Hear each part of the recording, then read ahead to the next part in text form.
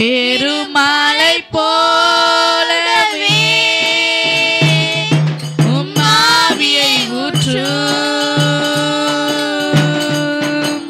வாரும் தூய ஆவியே, உம் பிரசன்னத்தை வாஞ்சிக்கிறோம்.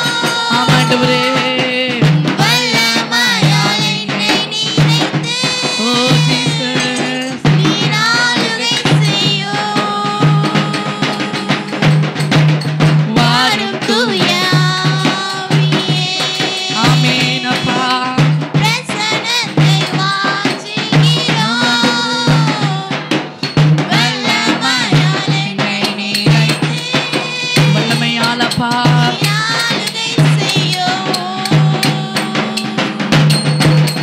ஆளுகை செய்யும். நீர் ஆளுகை செய்யும். ஆமென். ஆண்டவரே அம்மை ஸ்தோத்திரிக்கிறோம். உங்க வல்லமையினால் இந்த நாளிலே நிரப்புங்கப்பா. உங்க அபிஷேகத்தினால் இதை நிரப்புங்கப்பா. உங்களுடைய அக்கினியினால் எங்களை நிரப்புங்கப்பா. பெருங்காற்று போல ஆண்டவரே அப்பா உங்களுடைய ஆவி எங்கள் மேலே துணிக்க செய்வீராக. ஆண்டவரே அப்பா ஸ்தோத்திரம் கர்த்தாவே. ஆண்டவரே தாகத்தோடு ஏக்கத்தோடு கண்ணீரோடு போராட்டத்தோடு ஆண்டவரே கேள்வியோடு வருகிற எங்களுக்கு என் தேவன் ஆண்டவரை தாகத்தை தீர்க்க முடியாத ஆவியை எங்கள் மேலே ஊற்றுவீராக அப்பா. ஆண்டவர் யாரெல்லாம் வரணும்னு சித்தம் இருக்கிறதோ என் தேவனை நீங்கள் கொண்டு வாங்க. ஆரம்பம் முதல் முடிவு வரைக்கும் உம்முடைய கரத்தில் நாங்கள் ஒப்பு கொடுக்கிறோம். வருகிற ஊழியக்காரரை தடையில்லாமல் நேரத்தோடு கடந்து வர கர்த்தர் நீர் உதவி செய்வீராக. என்னுடைய கரம் கூட இருக்கட்டும் ஆண்டவர். ஆரம்பம் முதல் முடிவு வரைக்கும் உங்களுடைய திவ்ய கரம் கூட இருக்கட்டும் அப்பா. பிரசன்னத்தினால உங்களுடைய அபிஷேகத்தினால உங்களோட வல்லமையினால ஒருமனப்பட்டவர்களாய் நாங்கள் ஆண்டவர் என்னுடைய சமூகத்தில் காத்திருக்கிற பிள்ளைகளாய் நீர் எங்களை மாற்றுவீராக. கரத்தில் ஒப்பு கொடுக்கிறோம், தாழ்த்துக்கிறோம். ஏசு முச்சபிக்கிறோம் பிதாவே. ஆமீன் ஆமீன் ஆமீன். பாடலை பாடுகிறவர்கள் துதி பலியே செலுத்த வந்தோம் ஏசையா, உம்மை ஆராதிக்க கூடி வந்தோம் ஏசையா. துதி பலியே செலுத்த வந்தோம் ஏசையா, உம்மை ஆராதிக்க கூடி வந்தோம் ஏசையா. நீ உயர்ந்தவர், நீ வல்லவர், நீ உயர்ந்தவர், நீ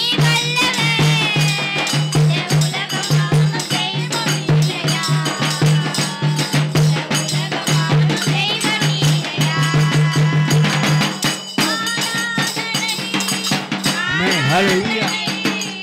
ஆராதனை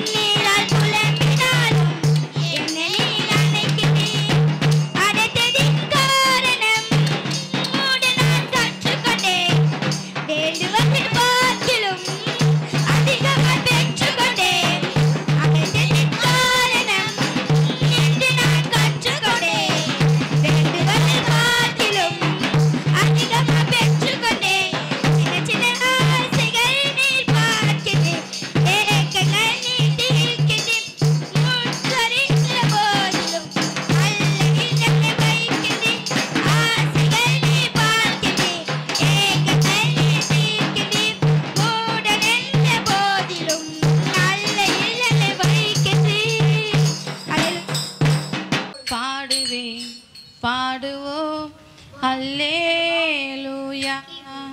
உங்க நாமம் உயரணும், இன்று மேன்மை அடையணும்.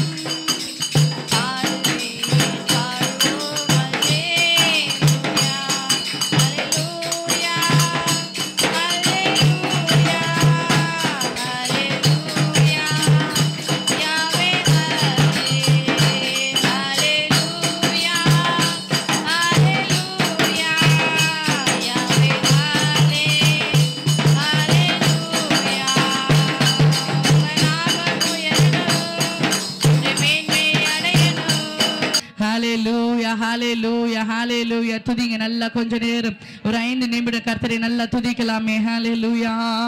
உம்மை ஸ்தோத்திரிக்கிறோம், உம்மை ஸ்தோத்திரிக்கிறோம், உம்மை ஸ்தோத்திரிக்கிறோம். நீர் நல்லவர், நீர் நல்லவர், நீர் நல்லவர், நீர் நல்லவர், நீர் நல்லவர், நீர் நல்லவர் ஆண்டவரே. அப்பா உம்மை நன்றியுள்ளத்தோடு உம்மை ஸ்தோத்திரிக்கிறோம் அப்பா. ஹalleluya ஹalleluya ஹalleluya ஹalleluya hallelujah hallelujah hallelujah hallelujah hallelujah hallelujah hallelujah hallelujah. My ஸ்தோத்திரம் ஸ்தோத்திரம் ஸ்தோத்திரம் ஸ்தோத்திரம் ஸ்தோத்திரம் அப்பா. மை ஸ்தோத்திரிக்கிறோம், மை ஸ்தோத்திரிக்கிறோம். hallelujah ஆமென் hallelujah. அதிசயமானவரே, ஆலோசனை கர்த்தரே, நித்திய பிதாவே, சமாதான பிரபுவே, உம்மை நாங்கள் ஸ்தோத்திரிக்கிறோம், உம்மை ஸ்தோத்திரிக்கிறோம், உம்மை ஸ்தோத்திரிக்கிறோம், உம்மை ஸ்தோத்திரிக்கிறோம். ஒருவரும் சேரக்கூடாத ஒளியில வாசம் செய்கிற எங்கள் தூயாதி தூயவரே, உம்மை நாங்கள் ஸ்தோத்திரிக்கிறோம். ஹalleluya ஹalleluya ஹalleluya ஹalleluya ஹalleluya. உம்மை துதிக்கிறோம், உம்மை துதிக்கிறோம். hallelujah hallelujah hallelujah hallelujah hallelujah. உம்மை ஸ்தோத்திரிக்கிறோம். hallelujah. உமக்கு நன்றி, உமக்கு நன்றி, உமக்கு நன்றி, உமக்கு நன்றி ஆண்டவரே. உமக்கு நன்றி செலுத்துகிறோம், உமக்கு நன்றி செலுத்துகிறோம். ஆமென். நல்லா துதிங்க, நல்லா வாய்களை திறந்து கர்த்தரை ஸ்தோத்திரம் பண்ணலாமே. ஆமென் hallelujah ஹalleluya. நம்ம ஜீவனை கொடுத்திருக்கிறாரே, பலத்தை கொடுத்திருக்கிறாரே, ஆரோக்கியத்தை கொடுத்திருக்கிறாரே. கடந்த வாரம் முழுவதும் நம்ம கண்ணின் இமையை போல நம்மளை காத்து வந்த தெய்வத்துக்கு நல்ல நன்றி செலுத்தலாமே. உள்ளத்தின் ஆழத்திலிருந்து அவரை நோக்கி அப்பா உமக்கு நன்றி ஆண்டவர். எத்தனை பேர் இந்த நாளை காணாமல் மரித்து போயிருக்கிறாங்க, எத்தனை பேர் பலவீனப்பட்டு இருக்கிறாங்க, எத்தனை பேருக்கு கை கால் வராம படுத்து படுக்கையா இருக்கிறாங்க. ஆனால் அவருடைய கிருபையினால, அவருடைய தயவினால நம்மை நினைத்திருக்கிறாரே, அவருக்கு நன்றி செலுத்தலாமே. ஹalleluya hallelujah hallelujah hallelujah. உமக்கு நன்றி ஆண்டவரே. எபினேசரே எபினேசரே, இதுவரையில் உதவி நீரே. எபினேசரே எபினேசரே, இதுவரையில்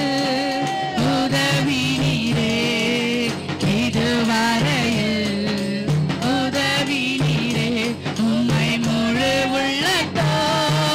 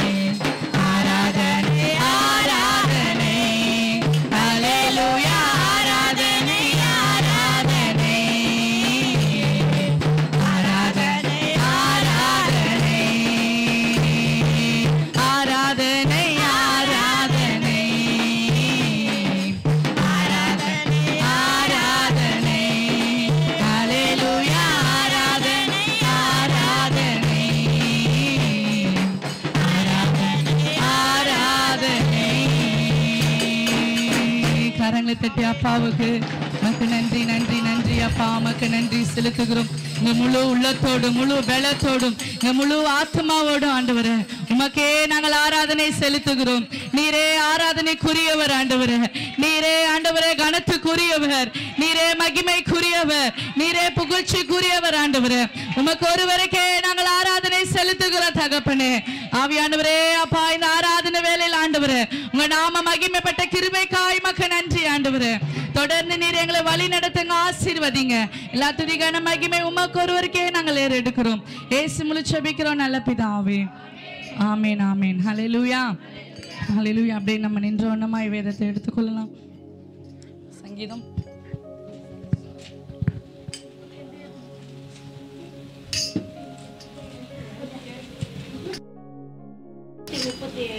137 கர்த்தாவே நீர் நீதிபரர், உம்முடைய நியாய தீர்ப்புகள் செம்மையானவைகள். நீர் கட்டளையிட்ட சாட்சிகள் நீதியும் மகா உண்மையுள்ளமாகுங்கள்.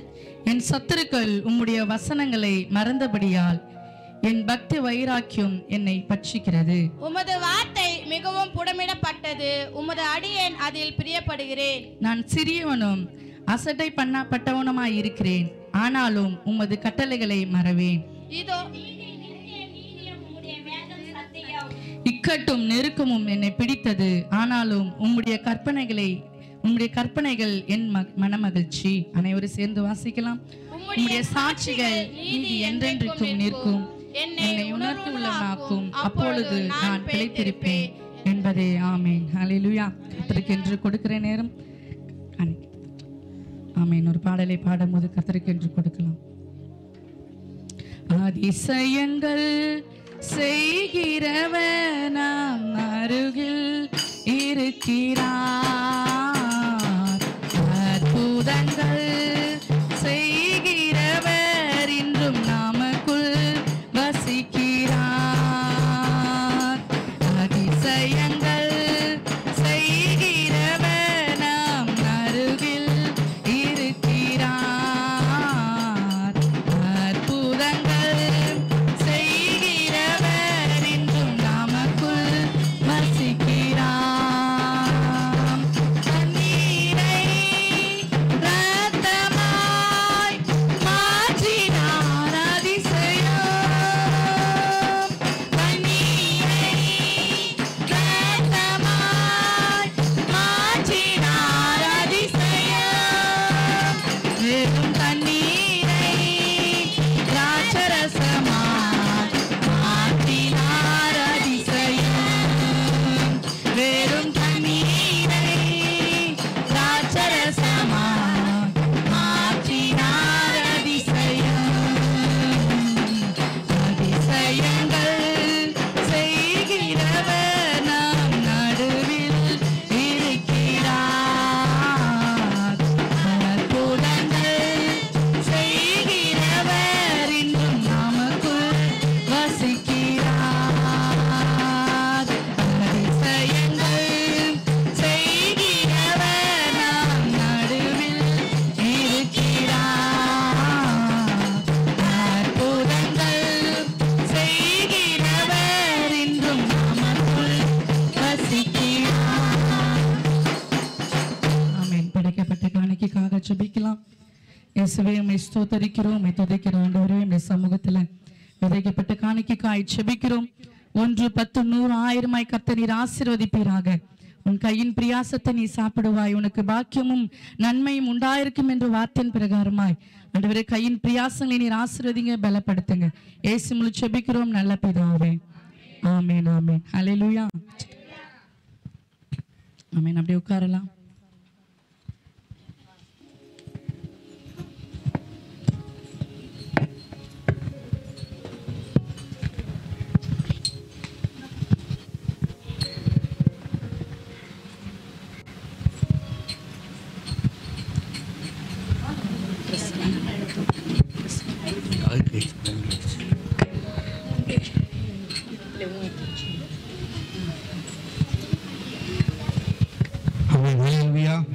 ஹல்லேலூயா. கர்த்தருடைய நாமம் மகிமைப்படுவதாக. இந்த வேளை உங்களை சந்திப்பதில் மகிழ்ச்சி. அம்மா ஃபங்க்ஷன் போன ஒன்றும் வரலீங்களா? அம்மா ஹல்லேலூயா. நம்முடைய அழைப்பை ஏற்று சென்னை பட்டணத்திலிருந்து பாஸ்டர் கிறிஸ்டோபர் அவர் குழுவினராக வந்திருக்கிறாங்க. கரங்கள் தட்டி தேவனை மையப்படுத்துவோமாக. ஆமென். இந்த மாதத்தில் நம்ம அழைப்பை ஏற்று இந்த வெள்ளம் திருசபைக்கு வந்தபடியே கிராமத்தின் சார்பாக கிராமத்தின் சபை மக்கள் சார்பாக நன்றி தெரிவித்து கரங்கள் தட்டி வரவேற்கிறோம். ஆமென். ஹல்லேலூயா. இன்று பிறந்த நாள் திருநாள் இந்த மாதம் காண்கிறவர்கள் ஓகே. யார் இந்த மாதம் திருமண நாளில் பிறந்த நாளில் கர்த்தருக்கு ஸ்தோத்திரம். உங்களுக்கு கிஃப்ட் கொண்டு வந்தேன் இந்த மாதம் கடைகள். கர்த்தருக்கு ஸ்தோத்திரம். ஆமென். ஹல்லேலூயா. ஹல்லேலூயா. தேவனாம மகிமைக்காக ஸ்தோத்திரம்.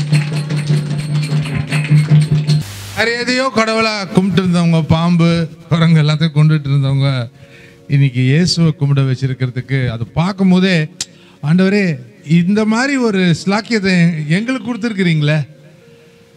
எல்லாரும் வெளிநாடு ரொம்ப சந்தோஷமா போயிடுறாங்க.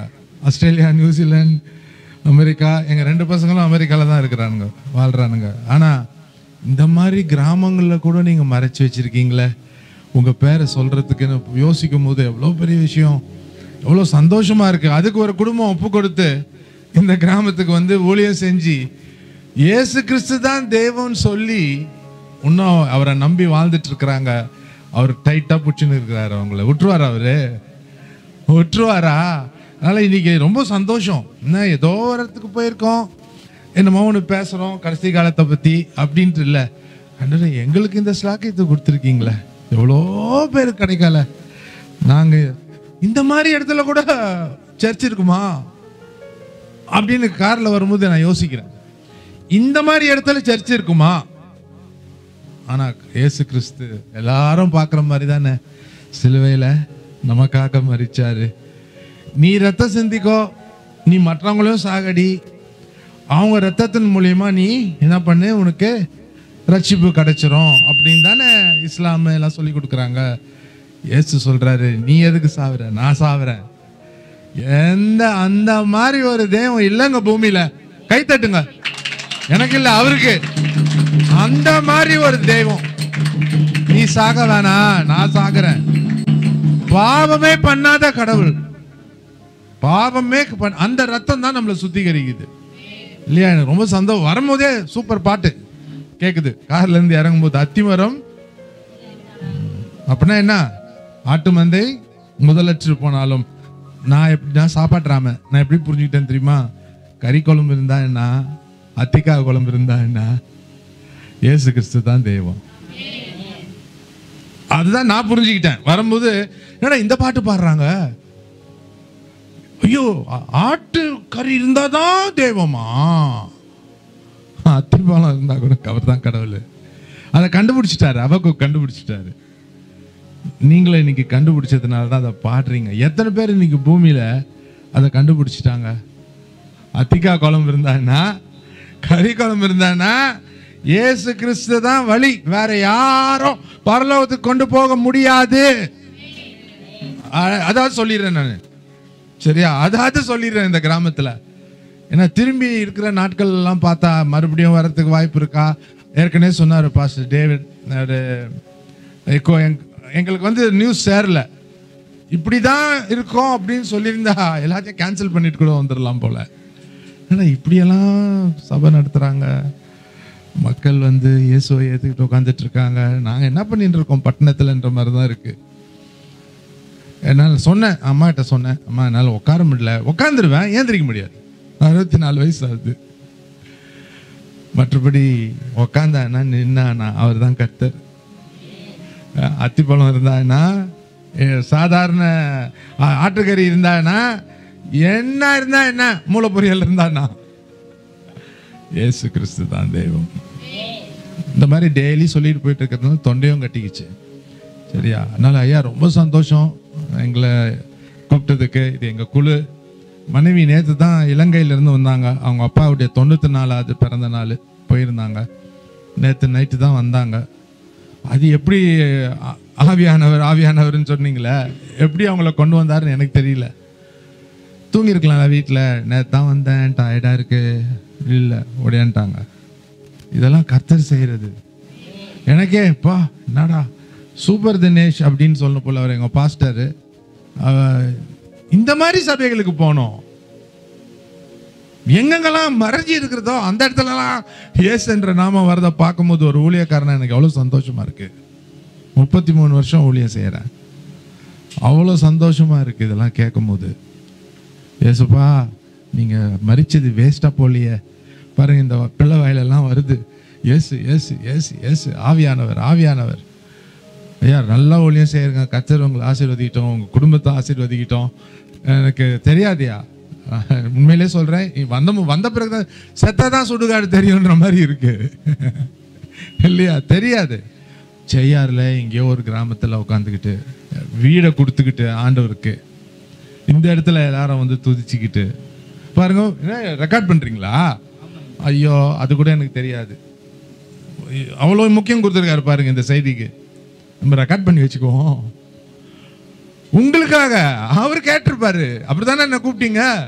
அப்புறம் உங்களுக்காக கடைசி காலத்துல என்ன நடக்க போகுது, இந்த பைபிள்ல என்னெல்லாம் எழுதியிருக்கு, எல்லாமே அவர் சொல்றதெல்லாம் நடந்துகிட்டே வருத படைப்புல இருந்து இன்னி வரைக்கும்.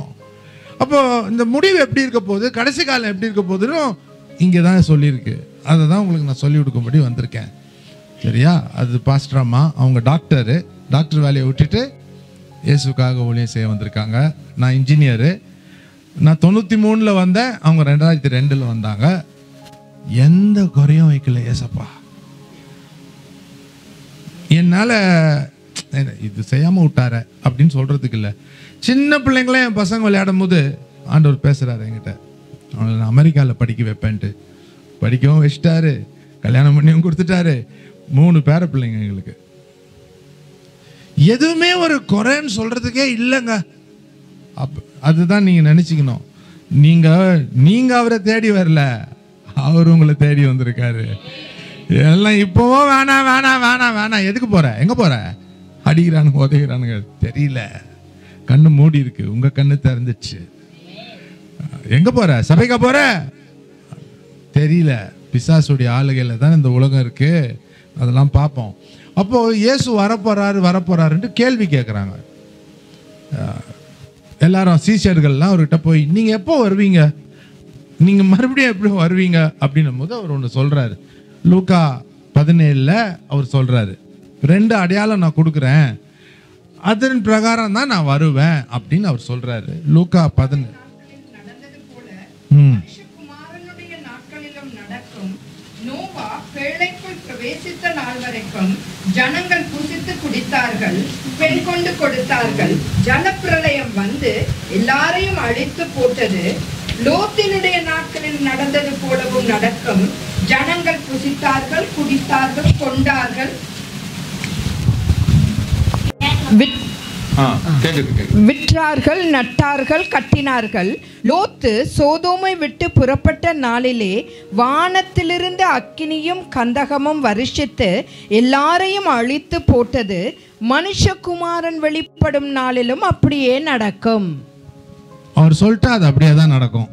அவர் தான் கடவுள். நீங்க பாருங்க, நான் வந்துட்டு போனாலும் கூட நான் போக வேண்டிய டைம் வந்தால் போயிடுவேன். ஆனால் இந்த மனசில் இயேசுதான் தேவன்றது போகவே கூடாது. ஒன்று கற்றுக்கிட்டத வித்துறாதீங்க. உங்களுக்கு இலவசமா வந்திருக்கு, அவர் மறிக்கிறாரு, நீங்க ஜீவிக்கிறீங்க. யோசித்து பார்த்தீங்களா? இலவசமா வந்திருக்கு. நான் நம்ப மாட்டேன். கிறிஸ்தவர்கள்லாம் வந்து எல்லாரும் வந்து அரிசி கொடுத்து வாங்குறாங்க, இதை பண்றாங்க, அதை பண்றாங்க. இல்லைங்க, இயேசுதாங்க தெய்வம், மீதியெல்லாம் தெய்வம் கிடையாது. நான் இந்தியாவும் பூரா சுற்றி இருக்கிறேன். சரி, அப்போ பாருங்க, முதல்ல என்ன போட்டிருக்கு, லோத்தின் நாட்கள். லோத்தின் நாட்கள் சொல்லும் போது அவங்க நம்பலன்னு போட்டிருக்கு. ஏன் நம்பல? மழை வந்து மேலேருந்து அப்போல்லாம் வராது. நீங்கள் ஆதியாகமம் 2:5-6 படிச்சிங்கன்னா ஒரு மூடு பண்ணி கீழேருந்து மேலே போய் அதுதான் வந்து தண்ணியாக கொட்டும். நிலத்தினுடைய சகலவித செடிகளும் பூமியின் மேல் இன்னும் உண்டாகவில்லை, நிலத்தினுடைய சகலவித பூண்டுகளும் இன்னும் முளைக்கவில்லை. ஏனெனில் தேவனாகிய கர்த்தர் பூமியின் மேல் இன்னும் மழையை பெய்ய பண்ணவில்லை, நிலத்தை பண்படுத்த மனுஷனும் இருந்ததில்லை. அப்பொழுது மூடு பனி பூமியிலிருந்து எழும்பி பூமியையெல்லாம் நனைத்தது. நான் சொல்ல வார்த்தை சொல்லுது. அப்போ மழை வரப்போகுதுன்னு சொன்னா இந்த இன்னமும் ஆயிடுச்சு போல இந்த தாத்தாக்கு 120 வருஷமா அதே சொல்றாரு. யாருமே நம்பல மேலேருந்து மழை வருமா, அதுதான் மூடி பண்ணி போட்டிருக்க, கீழே இருந்து மேலே போய் தான் கொட்டுது. இவர் என்ன சொல்றாரு, புதுசா மேலேருந்து மழை வரப்போகுதுன்னு சொல்றாரு. அதுதாங்க அது. ஸோ அதே மாதிரி இயேசு கிறிஸ்து மறுபடியும் வரப்போறாருன்னு சொன்னா எல்லாரும் நம்ப மாட்டாங்க. உங்களை நம்பணும் அப்படின்னு நான் சொல்றத விட ஆவியானவர் உங்களை நம்ப வைப்பார். அவர் நம்ப வைப்பார். நம்மெல்லாம் எந்த நாட்கள்ல இருக்கோம், கடைசி நாட்கள்ல இருக்கோம். இயேசு கிறிஸ்து சீக்கிரம் வரப்போறாரு. நம்ம தான் அவருடைய மனவாட்டி. அவர் நம்மளை தேடிக்கிட்டு வராரு. எப்படி ஈசாக்கு முதல் தடவை பலியிடப்பட்டார் இல்லையா, அப்புறம் 2 அதிகாரத்தில் அவர் காணவே காணோம். எப்போ வராரு, ரெபேக்காமா ரெடியான பிறகு தான் வராரு. அதே போல இயேசு கிறிஸ்துவும் மனவாட்டி ரெடியானுமே இன்னும் கிராமத்தில் இருக்கிறாங்களே, இயேசு என்ற பேர் தெரியாம, அதுக்கு தானே பாஸ்டர் டேவிட் ஒய்ஃப் எல்லாம் ஊழியம் செய்கிறாங்க. பிள்ளைகளாம் கான்வென்ட்ல படிக்கலாம் பரவாயில்ல, நாங்கள் கிராமத்தில் படிக்கிறோம் அப்படி தானே. கான்வென்ட்ல இங்கிலீஷ் பேசலாம் பரவாயில்ல, என்னங்க தியாகம், நம்ம அப்படியா படிக்க வைக்கிறோம். ஊர்லலாம் வந்து பாருங்க, இங்கே கர்த்தருக்காக நாங்கள் என்ன வேணா செய்வோம். இப்போ அவங்களுக்கு ஒரு தடவை கரந்தட்டி மகிமை செலுத்த, ஆண்டவருக்கு மகிமை செலுத்தலாம். இவங்க வரலன்னா உங்க வாயில இன்னைக்கு இயேசுன்னு வராது. அவங்கள தூக்கி வைக்கிறதுக்காக நான் சொல்லல, இது நஜம், இது நஜம். எப்படி இயேசு நஜமோ அதே போல இதுவும் நஜம். அவங்க என்ன இல்லைன்னா ஊர்ல இருந்துட்டு நல்லா தான் பிசினஸ் பண்ணிக்கிட்டு சம்பாதிக்க தெரியாதா டேவிடுக்கு? கிருபை பெற்ற மனுஷனாச்சா தாவீது, சம்பாதிக்க தெரியாதா? இயேசு கிறிஸ்துக்காக நாங்கள் வந்து எங்கே வேணால் கிராமத்தில் வாழ்கிறோம். ஸோ லோத்தின் நாட்கள். அப்போ ஒரே ஒரு விஷயம் கொஞ்சம் இங்கே சொல்கிறதுக்கு கூச்சமாக இருக்குது, நான் சொல்லி தானே ஆகணும் இல்லையா. நோவாவின் நாட்களில் தெரிஞ்சோ தெரியாமலையோ ஆண் வந்து பெண்ணை கட்டினான். லோத்தின் நாட்களில் ஃபோட்டோ வருது பாருங்க, ஆண் வந்து ஆணை கட்டிக்கிறான். நீங்கள் பாவம் கிராமத்தில் இருக்கீங்க, உங்களுக்கு ஆச்சரியமாக பார்க்குற மாதிரி தெரியுது. நான் அடிக்கடி நாங்கள் வெளிநாட்டுக்கு போயிட்டு வரோம் எங்கள் பிள்ளைகளை பார்க்க. ஏர்போர்ட்லேருந்து வெளியே போகும்போதே கல்யாணம் தான் நடக்கும். இந்த கல்யாணம் நடக்குதுன்னு கிட்ட போய் பார்த்தா பொண்ணை கட்டிக்கின்னு இருப்பா. என்னங்க அது? அதுதான் லோத்தின் நாட்கள். ஸோ நோவாவின் நாட்கள் மாதிரியும் நடக்கும், லோத்தின் நாட்கள் மாதிரியும் நடக்கும்ட்டு எங்கே எழுதியிருக்கு? லூக்கா 17:26-30 எழுதியிருக்கு. ரெண்டும் நடக்குது. இயேசு வரப்பாருன்னு சொன்னால் எல்லாம் சிரிக்கிறாங்க. நீ எத்தனை தடவை போய் சொன்னாலும் சிரிக்கிறாங்க, நம்ப மாட்டுறாங்க. அதே மாதிரி உலகமும் கெட்டு போச்சு. சரியா? இப்போ நோவாவோட சந்ததியிலிருந்து நோவாக்கு எத்தனை பிள்ளைங்க யாராவது சொல்லுவாங்க? அவங்க சொல்லுவாங்க ஷெம், ஹாம், ஜெஃபத், காம் அப்படின்வாங்க இல்லையா. அவன் வந்து சபிக்கப்பட்டதுனால அவன் கற்பா இருக்கான். சபிக்கப்பட்டான். காம் சந்ததி. ஸோ கொஞ்சம் ப்ரௌனு கருப்பாக இருக்கிறவங்களாம் யோசிச்சுக்கணும் நம்ம எந்த சந்ததியிலேருந்து வந்திருக்கிறோம் அப்படின்ட்டு. இவன் யூதன், ஷெம் வந்து யூதன், அவனுக்கு வர மக்கள் எல்லாம் யூத மக்கள். இவன் ஜப்பான் வரைக்கும் இருக்கிறான். அவன் ஜாஃபேத் வந்து யாபேத் கடைசி வரைக்கும், ஜப்பான் வரைக்கும் வெள்ளைக்காரன் எல்லாம் வெள்ளையா ஜப்பான் வரைக்கும் போயிட்டானுங்க. மீதி இவன் சந்ததியில் ஒருத்தன் எழும்புறான், அவன் பேர் தான் நிம்ரோத். ஸோ நீங்கள் வந்துட்டு போனதில் முதல் அந்தி கிறிஸ்து யாருன்னு நீங்கள் தெரிஞ்சுக்க போறீங்க. அவர் யாருன்னா நிம்ரோத். அவர் ஆதியாகமம் 10:9 வராரு. கர்த்தருக்கு முன்பாக பலத்த வேட்டைக்காரனாயிருந்தான். ஆகையால் கர்த்தருக்கு முன்பாக பலத்த வேட்டைக்காரனான நிம்ரோதை போல எனும் வழக்க சொல் உண்டாயிற்று. ஒரு 30 வருஷத்துக்கு முன்னாடி இந்த வசனத்தெல்லாம் நான் படிக்கும்போது நல்லா மானையும் முயலையும் ஆடியும் வேட்டையாடுவான் போல, காட்டு பண்ணியும் வேட்டையாடுவோம் போல அப்படின்னு யோசிக்கிட்டேன். இது மூல பாஷையில் போய் பார்த்தா தான் தெரியுது. இவன் வில்லியம் அம்ப வச்சுன்னு யாரை காட்டுறான்? யாருக்கு விரோதமாக எழும்புறான்? கர்த்தருக்கு விரோதமாக எழும்புறான். அப்போ அவன் என்ன பண்ணுறான், இவன் தான் வந்து மதங்களுக்கு தகப்பனா ஆகிறான். முதல் விஷயம் பாருங்க, அந்த ஃபோட்டோ பாருங்க. மதங்களுக்கு தகப்பன். எல்லா மதத்துலேயும் பார்த்தீங்கன்னா ஒரு தாயும் ஒரு பிள்ளையும் இருக்கும். நல்லா புரிஞ்சுக்குங்க. இந்தியாவிலேயே யசோதா கிருஷ்ணா உங்கள் பாட்டிமாலாம் கேட்டால் சொல்லுவாங்க. சரியா? பாரம்பரியம். அது எப்படின்னு உண்மைன்னு நமக்கு தெரியாது, ஆனால் பாரம்பரியம். அதே மாதிரி எகிப்தில் போனாலும் ஐசிஸ் ஹோரிஸ், ஒரு தாய் ஒரு பிள்ளை. பாபிலோனில் இந்த தம்முசுன்னு போட்டிருக்கு இல்லையா, அவங்க அப்பா தான் இந்த நிம்ரோது. சரியா? அந்த செமிராமஸ் தமோஸ் அவங்க மாதா ஏசுன்ட்டு ரோமன்ஸ் என்ன பண்ணிட்டாங்க, ரோமர்கள் யூதனுங்களை எப்படியாவது இவங்களையும் செலவணங்க வைக்கணும் அப்படின்ட்டு இதுதான் இயேசுடைய அம்மான்ட்டு கொண்டு வந்து நிறுத்திட்டாங்க. ஆனால் கிறிஸ்தவத்தில் பரலோகம் போனோன்னா இயேசு மாத்திரம்தான் வழி, வேற யாரும் கிடையாது, மரியாள் கிடையாது.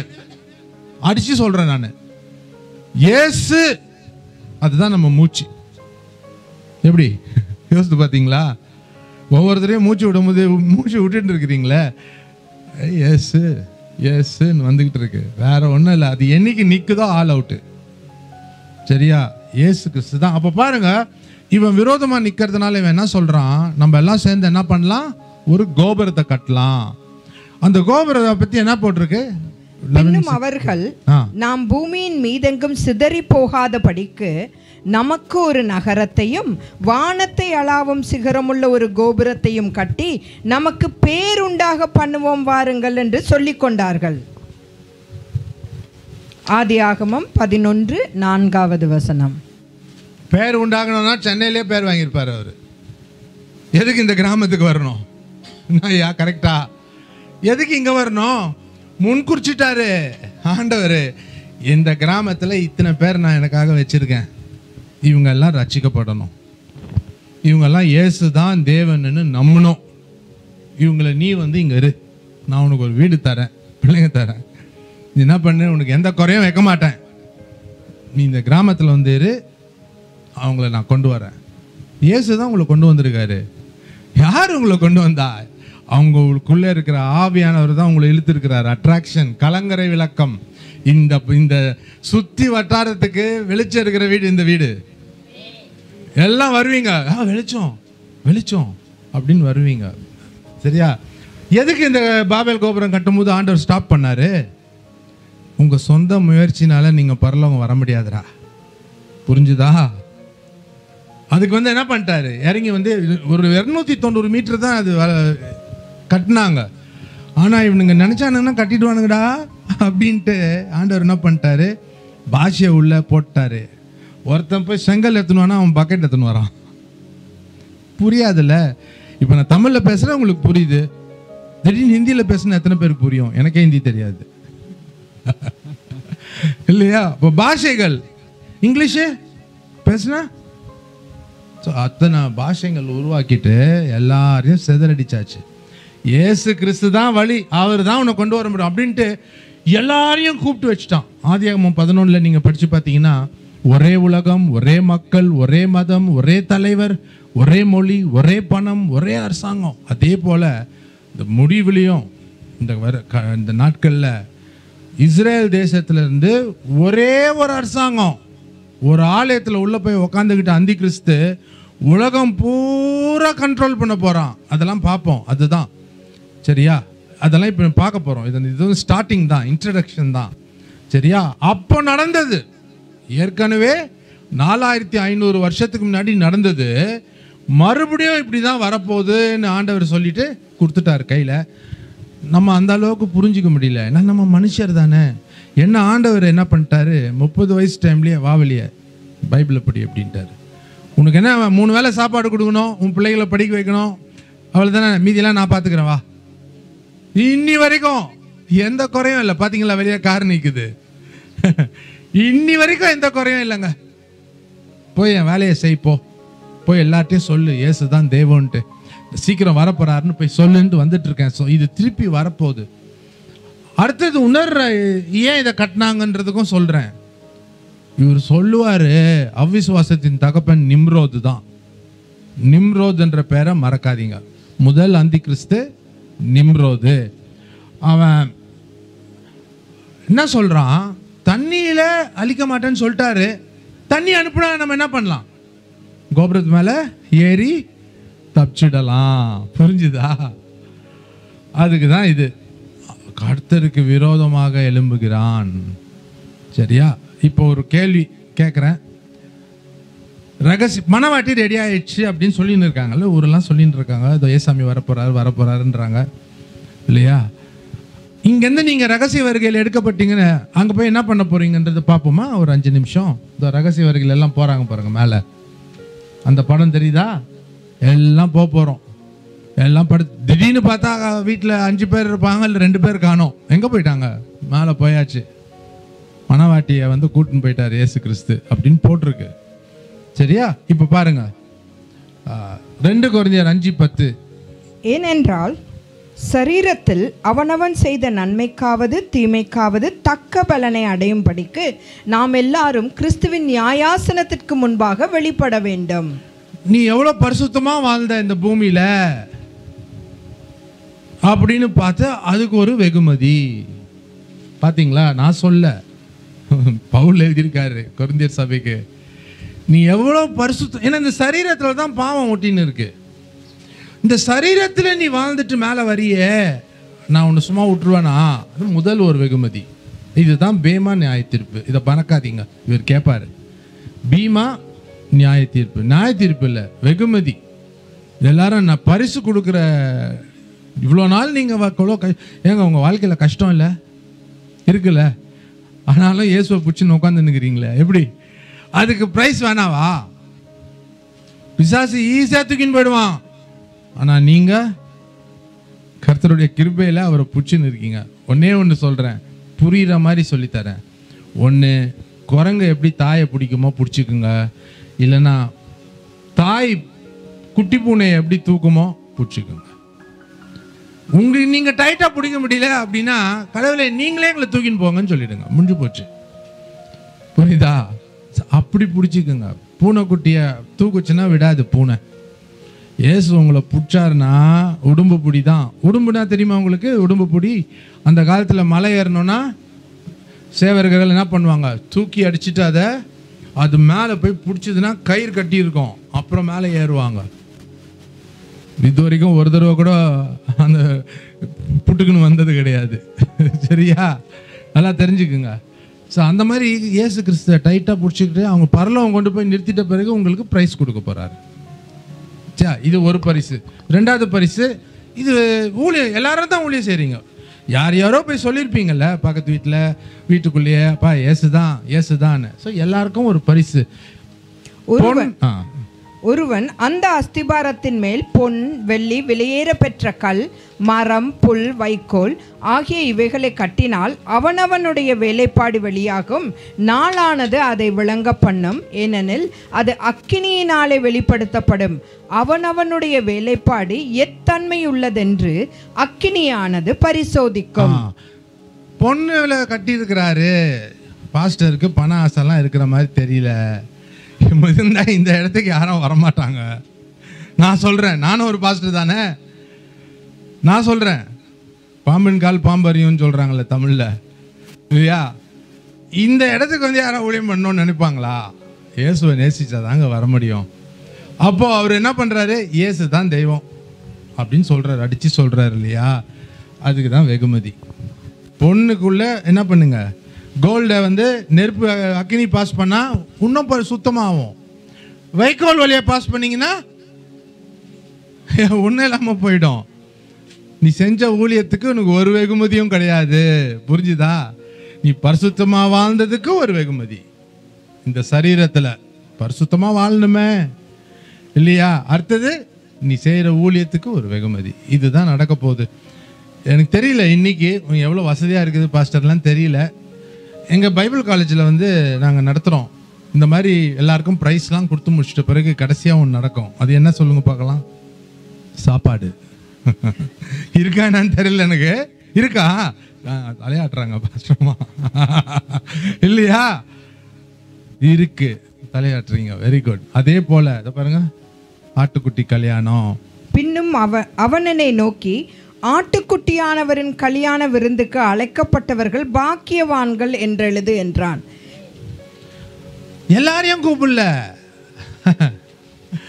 இப்போ ரொம்ப தெரிஞ்சவங்க தானே கல்யாணத்துக்கு போக முடியும். உங்களுக்கு தெரிஞ்சவங்களுக்காக கல்யாணம்னா உங்களுக்கு நோட்டீஸ் வைப்பாங்க, ஊரில் இருக்கவங்களுக்கெல்லாம் வைப்பாங்களா? அதே மாதிரி இயேசுவை நல்லா தெரிஞ்சவங்களுக்கு தான் இந்த விருந்து. இயேசுவிடம் நீ தான் இந்த விருந்தே, நீ தான் இந்த மனவாட்டியே இல்லையா, வா மேலே வா நான் கொடுக்குறேன்ட்டு கொடுக்குறாரு. இதெல்லாம் போட்டிருக்கு, தெரிஞ்சுதா? அப்போ முதல் அந்தி கிறிஸ்து யாரு? திருப்பி போகலாம். யார் அவன் பேர் என்ன? நிம்ரோத். வெரி குட், மறக்காதீங்க. அவன் தான் முதல்ல கடவுளுக்கு விரும்பி எழும்புறான். ரெண்டாவது அந்தி கிறிஸ்து யாருன்னு சொல்லிடுறேன். நெபுக்கட்நேசர். ஒரு சிலையை ஒன்று செஞ்சு எல்லாம் வணங்கணும்ட்டான். பார்த்தீங்களா? அதே போல தான் அந்தி கிறிஸ்து வரும்போது ஒரு சிலையை வச்சுட்டு நீங்கள் எல்லாம் வணங்கணும். நம்ம தான் இருக்க மாட்டோமே, நம்மலாம் போயிட போகிறோமே பேமாலர். புரிஞ்சுதா? நான் சொல்கிறது சுலபமாக சொல்லி கொடுக்கறது புரியுதா? தொடர்ந்து பாஸ்டர் உங்களுக்கு சொல்லி கொடுப்பாரு இல்லையா? நம்ம எல்லாம் போயிடணும், இந்த இடத்துல இருக்கக்கூடாது. இல்லைன்னா இந்த மாதிரி சிலையை வச்சுட்டு எல்லாம் வணங்குங்கடான்னு 3 பேர் என்ன சொன்னாங்க? நாங்கள் யூதருங்க, நாங்கள் வணங்க மாட்டோம். இந்த மாதிரி சிலையில் இல்லாத கடவுள், ஆவியில் இருக்கிற கடவுளுக்கு நாங்கள் தான் சாட்சி. ஐசியா 43 போட்டிருக்கு இல்லையா? அப்போது நாங்கள் தான் சாட்சி. நாங்கள் இதெல்லாம் இது வணங்க மாட்டோம், நாங்கள் நிற்போம், கீழெல்லாம் விழ மாட்டோம். இங்கே நம்ம மாட்டிக்கிட்டோன்னா அவன் எல்லாரையும் வணங்க வைப்பான். ஏன்னா அவனுக்கு சாப்பாடு கிடைக்காது. 6 போட்டால் தான் வாங்கவும் விற்கவும் முடியும். இங்கே இருக்குது, பக்கத்தில் ஏதாவது ஒரு கடை இருக்கும்னு நினைக்கிறேன். ஒன்றும் முடியாது. உலகம் பூரா அவன் எல்லாத்தையும் பிடிக்க போகிறான். ஸோ நமக்கு அது பிரச்சனையே இல்லை. நம்ம என்ன பண்ண போகிறோம்? அதுக்கு முன்னாடி ஆண்டவர் என்ன பண்ண போகிறார்? நம்மளை எடுத்துக்கொள்ள. அதுதான் ரகசிய வருகை. புரிஞ்சிச்சா? உங்கள் பாஸ்டருக்கு எவ்வளோ பாரம் பாருங்க, என்ன போய் கொண்டு வர்றதுக்கு. இதெல்லாம் நீங்கள் கற்றுக்கணும், இதெல்லாம் பைபிளில் இருக்குது. ஸோ ரெண்டாவது ஆள் தான் நேபுகத்நேசர். மூணாவது ஆள் ஒருத்தர் இருக்கான், அவன் பேர் தான் ஆன்டியோகஸ் எபிஃபெனஸ்ன்ட்டு பேர். கொஞ்சம் பெரிய பேர் இல்லையா? அந்தியோகஸ் எபிஃபெனஸ் இவன் தான் இல்லையா? இவனும் ஒரு அந்தி கிறிஸ்து. மூணாவது இவன் என்ன பண்ணுறான்? யூதர்களுக்கும் பன்னிக்கும் ஒத்து போவாது இல்லையா? அவன் ஜியூஸ் கடவுளுக்கு கொடுக்குறேன்னு நினச்சிக்கிட்டு இந்த கடவுளை அவரை மாதிரி யோசிச்சுக்கிட்டு பன்னியை கொண்டு போய் வெட்டுறான். இதெல்லாம் நடந்திருக்கு. இதெல்லாம் ஏற்கனவே பைபிளில் இதெல்லாம் நடக்கும் அப்படின்னு போட்டிருக்கு.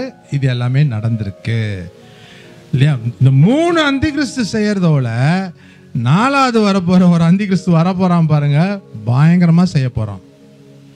கிறிஸ்து நல்லவர், அந்தி கிறிஸ்து கெட்டவன். கிறிஸ்துவுக்கு பதிலாக வரவன் தானே அந்தி கிறிஸ்து.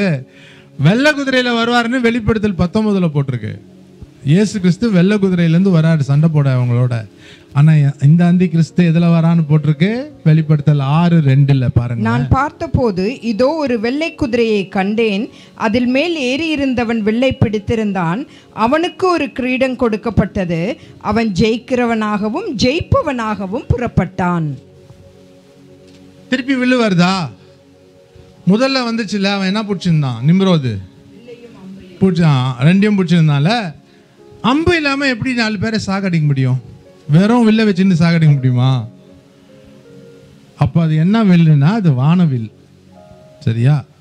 அது வானவில். அதுதான் உங்களுக்கு தெரியுமோ இல்லையோ, இந்த LGBTQIAன்னு சொல்கிறாங்களே, ஆணவ கல்யாணம் பண்ணுறது, பொண்ணு இதெல்லாம் அதுதான். பைசெக்சுவல், கியூர் எல்லாமே இல்லையா? LGBT எல்லாம் போட்டுட்ருக்கு. Jeena K, எல்னா lesbian. அதுதான் அந்த வில்லோட தான் வரான். ஸோ அந்தி கிறிஸ்து வரும்போது லோத்தின் நாட்கள் போல் எல்லாரும் ஆணை கல்யாணம் பண்ணிக்குவான், பெண்ணை கல்யாணம் பண்ணிக்குவோன்னு போட்டிருக்கு பைபிளில். சரியா? அப்போ இந்த முதல் குதிரை வரும்போது அது நடக்கும். வெள்ளை குதிரையில் வரான் நம்மளை ஏமாத்த. ஏன்னா இயேசு கிறிஸ்துவும் வெள்ளை குதிரையில் வராருன்னு போட்டிருக்குல்ல. ஸோ இவரும் ஒரு வெள்ளை குதிரையில் வராரு. பார்த்துக்கோ, இதுதான் வஞ்சிக்கிற ஆவி. சரியா? இவன் என்ன பண்ணுவான்? முஸ்லிம்ஸ் கிட்ட போய் எனக்கு முஸ்லிம் ரத்தம் இருக்குன்னுவான். யூதர்கிட்ட போய் எனக்கு யூத ரத்தம் இருக்குன்னுவான். நம்ம அப்பா எல்லாம் ஒரே அப்பா தானே, ஆபிரகாம் தானே, நம்ம ஏன் அடிச்சுக்கணும் அப்படின்ட்டு போலி சமாதானம் சேர்த்து வைக்க ட்ரை பண்ணுவான். சரியா? போலி சமாதானம். மெய்யான சமாதான பிரபு யாரு? இயேசு கிறிஸ்து. சொல்லும் போதே சிரிக்கிறீங்க. என்னையா இவ்வளோ சுலபமான ஒரு கேள்வியை கேட்குறீங்கன்னு சிரிக்கிறீங்க இல்லையா? மெய்யான சமாதானம் கொடுக்கறது இயேசு மாத்திரம்தான் கொடுக்க முடியும். ஆனால் இவன் என்ன சொல்கிறான், நான் சேர்த்து வச்சிடுறேன், சண்டையே நடக்காது 7 வருஷம். சரியா? இது முதல் குதிரை. 2வது குதிரை பாருங்க, மத வெறி. அப்பொழுது சிவப்பான வேறொரு குதிரை புறப்பட்டது. அதன் மேல் ஏறியிருந்தவனுக்கு பூமியில் உள்ளவர்கள் ஒருவரை ஒருவர் கொலை செய்யத்தக்கதாக சமாதானத்தை பூமியில் இருந்து எடுத்து போடும்படியான அதிகாரம் கொடுக்கப்பட்டது. ஒரு போதும், நார்த் இந்தியா போறீங்கன்னு வைங்க, ஜெய் ஸ்ரீராம் சொல்லுமா, இது நடந்துட்டு இருக்கு. நாங்கள் போயிட்டு வந்ததுனால சொல்கிறோம். ஜெய் ஸ்ரீராம் சொல்லு அப்படின்னா, ஏன் எங்கள் இந்தியாவில் வந்து வேறு கடவுளே இல்லையா, நீ வெளிநாட்டு கடவுளை கொண்டு வர அப்படின்றான். நம்ம சொல்ல மாட்டோம்னா கத்தி எடுத்து வெட்டுறான். ஸோ நல்லா பார்த்துக்குங்க. இதான் 2வது குதிரை. 3வது குதிரைக்கு போயிடுவோம். அடுத்தது எல்லாம் ரெக்கார்ட் பண்ணுறாரு பாஸ்டர். இதோ ஒரு கருப்பு குதிரையை கண்டேன். அதில் மேல் ஏறி இருந்தவன் ஒரு தராசை தன் கையிலே பிடித்திருந்தான். இப்போ தராசை இதை மாத்திரம் நான் சொல்லி கொடுத்துட்றேன். ஒரு பக்கம் நல்லா பெரிய ரொட்டி வைக்கிறீங்க. ரொட்டி போய் எவ்வளோக்கு விற்கிறீங்க? 25, 30, 50 தெரில. இதே 5000 ரூபானா வாங்குவீங்களா? வாங்க மாட்டீங்களே. அதே தான், நீ எதுக்கு அவ்வளோலாம் காசு கொடுத்து வாங்குற? பஞ்சம் வருது, நான் உங்களுக்கு சாப்பாடு போடுறேன், நீங்கள் என்ன பண்ணணும், முத்திரை மாத்திரம் வாங்கிக்கோங்க, 6 6 6 வாங்கிடுங்க, நான் உங்களுக்கு சாப்பாடு போடுறேன். அதுதான் கருப்பு குதிரை. சரியா? இது இது 1 மணி நேரமும் பேசலாம், ஒரு நாள் பூராவும் பேசலாம். அவ்வளோ இருக்குது. நான் சுருக்கமாக உங்களுக்கு கொண்டு போய் என்ன தேவையோ அதை உங்களுக்கு சொல்லி கொடுத்துட்டு நான் போயிடுறேன். சரியா? இப்போ 3 குதிரை பார்த்துட்டோம். இப்போ 4வது குதிரை பாருங்க. இது எனக்கு சொல்லிக் கொடுக்க ரொம்ப மங்கின நிற குதிரைன்னு போட்டிருக்கு. இதோ மங்கின நிறமுள்ள ஒரு குதிரையை கண்டேன். அதில் மேல் ஏறியிருந்தவனுக்கு மரணம் என்று பெயர். பாதாளம் அவன் பின் சென்றது. பட்டயத்தினாலும் பஞ்சத்தினாலும் சாவினாலும் பூமியின் துஷ்ட மிருகங்களினாலும் பூமியின் காற்பங்கிலுள்ளவர்களை கொலை செய்யும்படியான அதிகாரம் அவைகளுக்கு கொடுக்கப்பட்டது. சென்னையிலேருந்து வந்து இது சொல்றதுக்காக நான் வரல, பட் இதுதான் கடைசி காலம். சென்னையிலேருந்து வந்து எதாவது நல்லதாக தான் சொல்லிட்டு போகலாமே, பாவம் நீங்கள்லாம் வந்து உட்காந்துருக்கீங்களே. ஆனால் பைபிளில் தானே எழுதியிருக்கு இதெல்லாம் நடக்க போகுது. பச்சை குதிரை அப்படின்னு போட்டிருக்கு. பச்சை குதிரை யாராவது பார்த்துருக்கீங்களா உங்கள் வாழ்க்கையில்? அதனால தான் அவன் என்ன பண்ணிட்டான், மொழிபெயர்க்கிறவன் மங்கின நிற குதிரைன்ட்டான். ஆனால் அந்த இடத்துல பச்சைன்னு தான் எழுதியிருக்கு, குளோரோஸ்ன்ட்டு. அந்த குளோரோஸ் தான் அந்த குளோரோஃபில்லுடைய மூல பாஷை பொருள். ஏன் இலை பச்சையாக இருக்குது? உள்ளே என்ன இருக்குது? ஸ்டூடெண்ட்ஸ்லாம் சொல்லுவீங்க, குளோரோஃபில் இருக்குது. அந்த குளோரோஸ்ல இருந்து தான் குளோரோஃபில் வந்துச்சு. புரிஞ்சுதா? இப்போ 4 குதிரை பார்த்துட்டீங்க. இப்போ ஒரு படம் போடுவார், நல்லா பாருங்க. இது நடக்குது, இது நடந்துட்டு இருக்கு. இது ஏற்கனவே எல்லாம் எருசலேமே சுத்திட்டாங்க. 4 கொடிகள், யோர்தான், சூதான், துபாய், அபுதாபி எல்லாம் சேர்ந்து ஒன்று, Palestine, Hamas, quiet, Libya, Afghanistan, Syria, Iraq எல்லாம் சுத்திட்டாங்க எருசலேமை எப்படியாவது பிடிக்கணும்ன்ட்டு. சரியா? இது நடந்துட்டு இருக்கு. அதனால நம்புறவங்க நம்பலாம். இந்த 4 குதிரை அப்பவே சொல்லியாச்சு. யோவான் எப்போ சொன்னாரு? 2000 வருஷத்துக்கு முன்னாடியே சொல்லிட்டு பைபிளில் எல்லாம் போட்டிருக்கு. உலகம் எப்படி போக போகுது, எப்படி முடிய போகுது, சண்டைகள் எப்படி வரப்போகுது, என்னெல்லாம் நடக்க போகுது, எல்லாம் போட்டிருக்கு. சரியா? அப்போ நான் சுலபமாக்கி கொடுத்துட்றேன். கர்த்தர் தான் உதவி செய்யணும், எனக்காக ஜெபம் பண்ணிக்கோங்க. இப்போ இதே இதுலேருந்து கொஞ்சம் திருப்பி அந்த ஒன் வேர்ல்டு இருக்கும், என்னது அது, அந்த அந்த $1 நோட்டு காமிங்களேன். இது நீங்கள் ஒரு வேளை பார்த்துருக்காம இருக்கலாம்.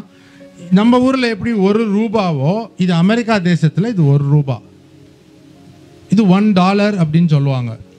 பின்னாடி பார்த்தீங்கன்னா இதெல்லாம் போட்டிருக்கான். ஒரு கண்ணு, இந்த கண்ணு நம்மளை பார்த்துக்கிட்டே இருக்கு.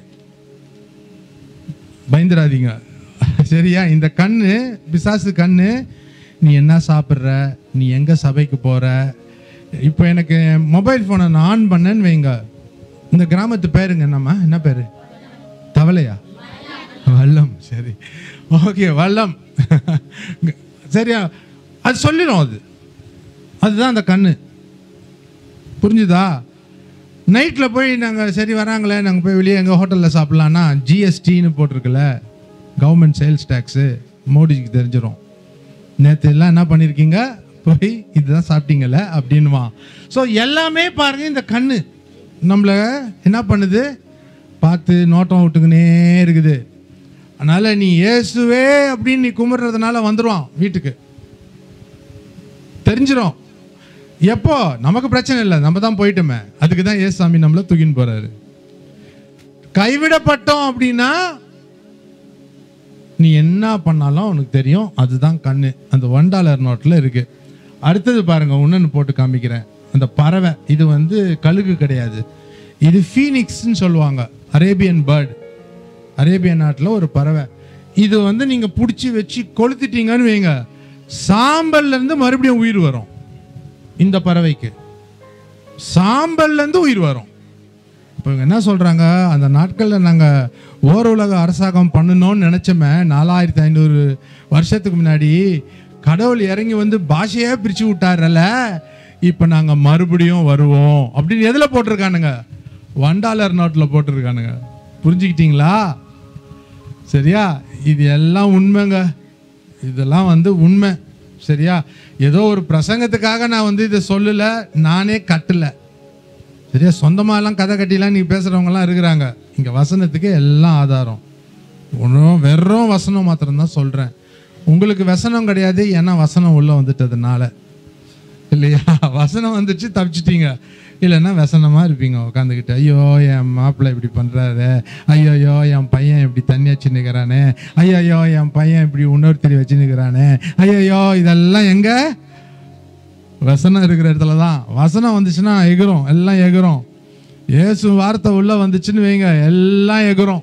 சொல்றேன், இப்போ இந்த கிராமமே கேட்கட்டும், வல்லம் கிராமம் ஃபுல்லா கேட்கட்டும்.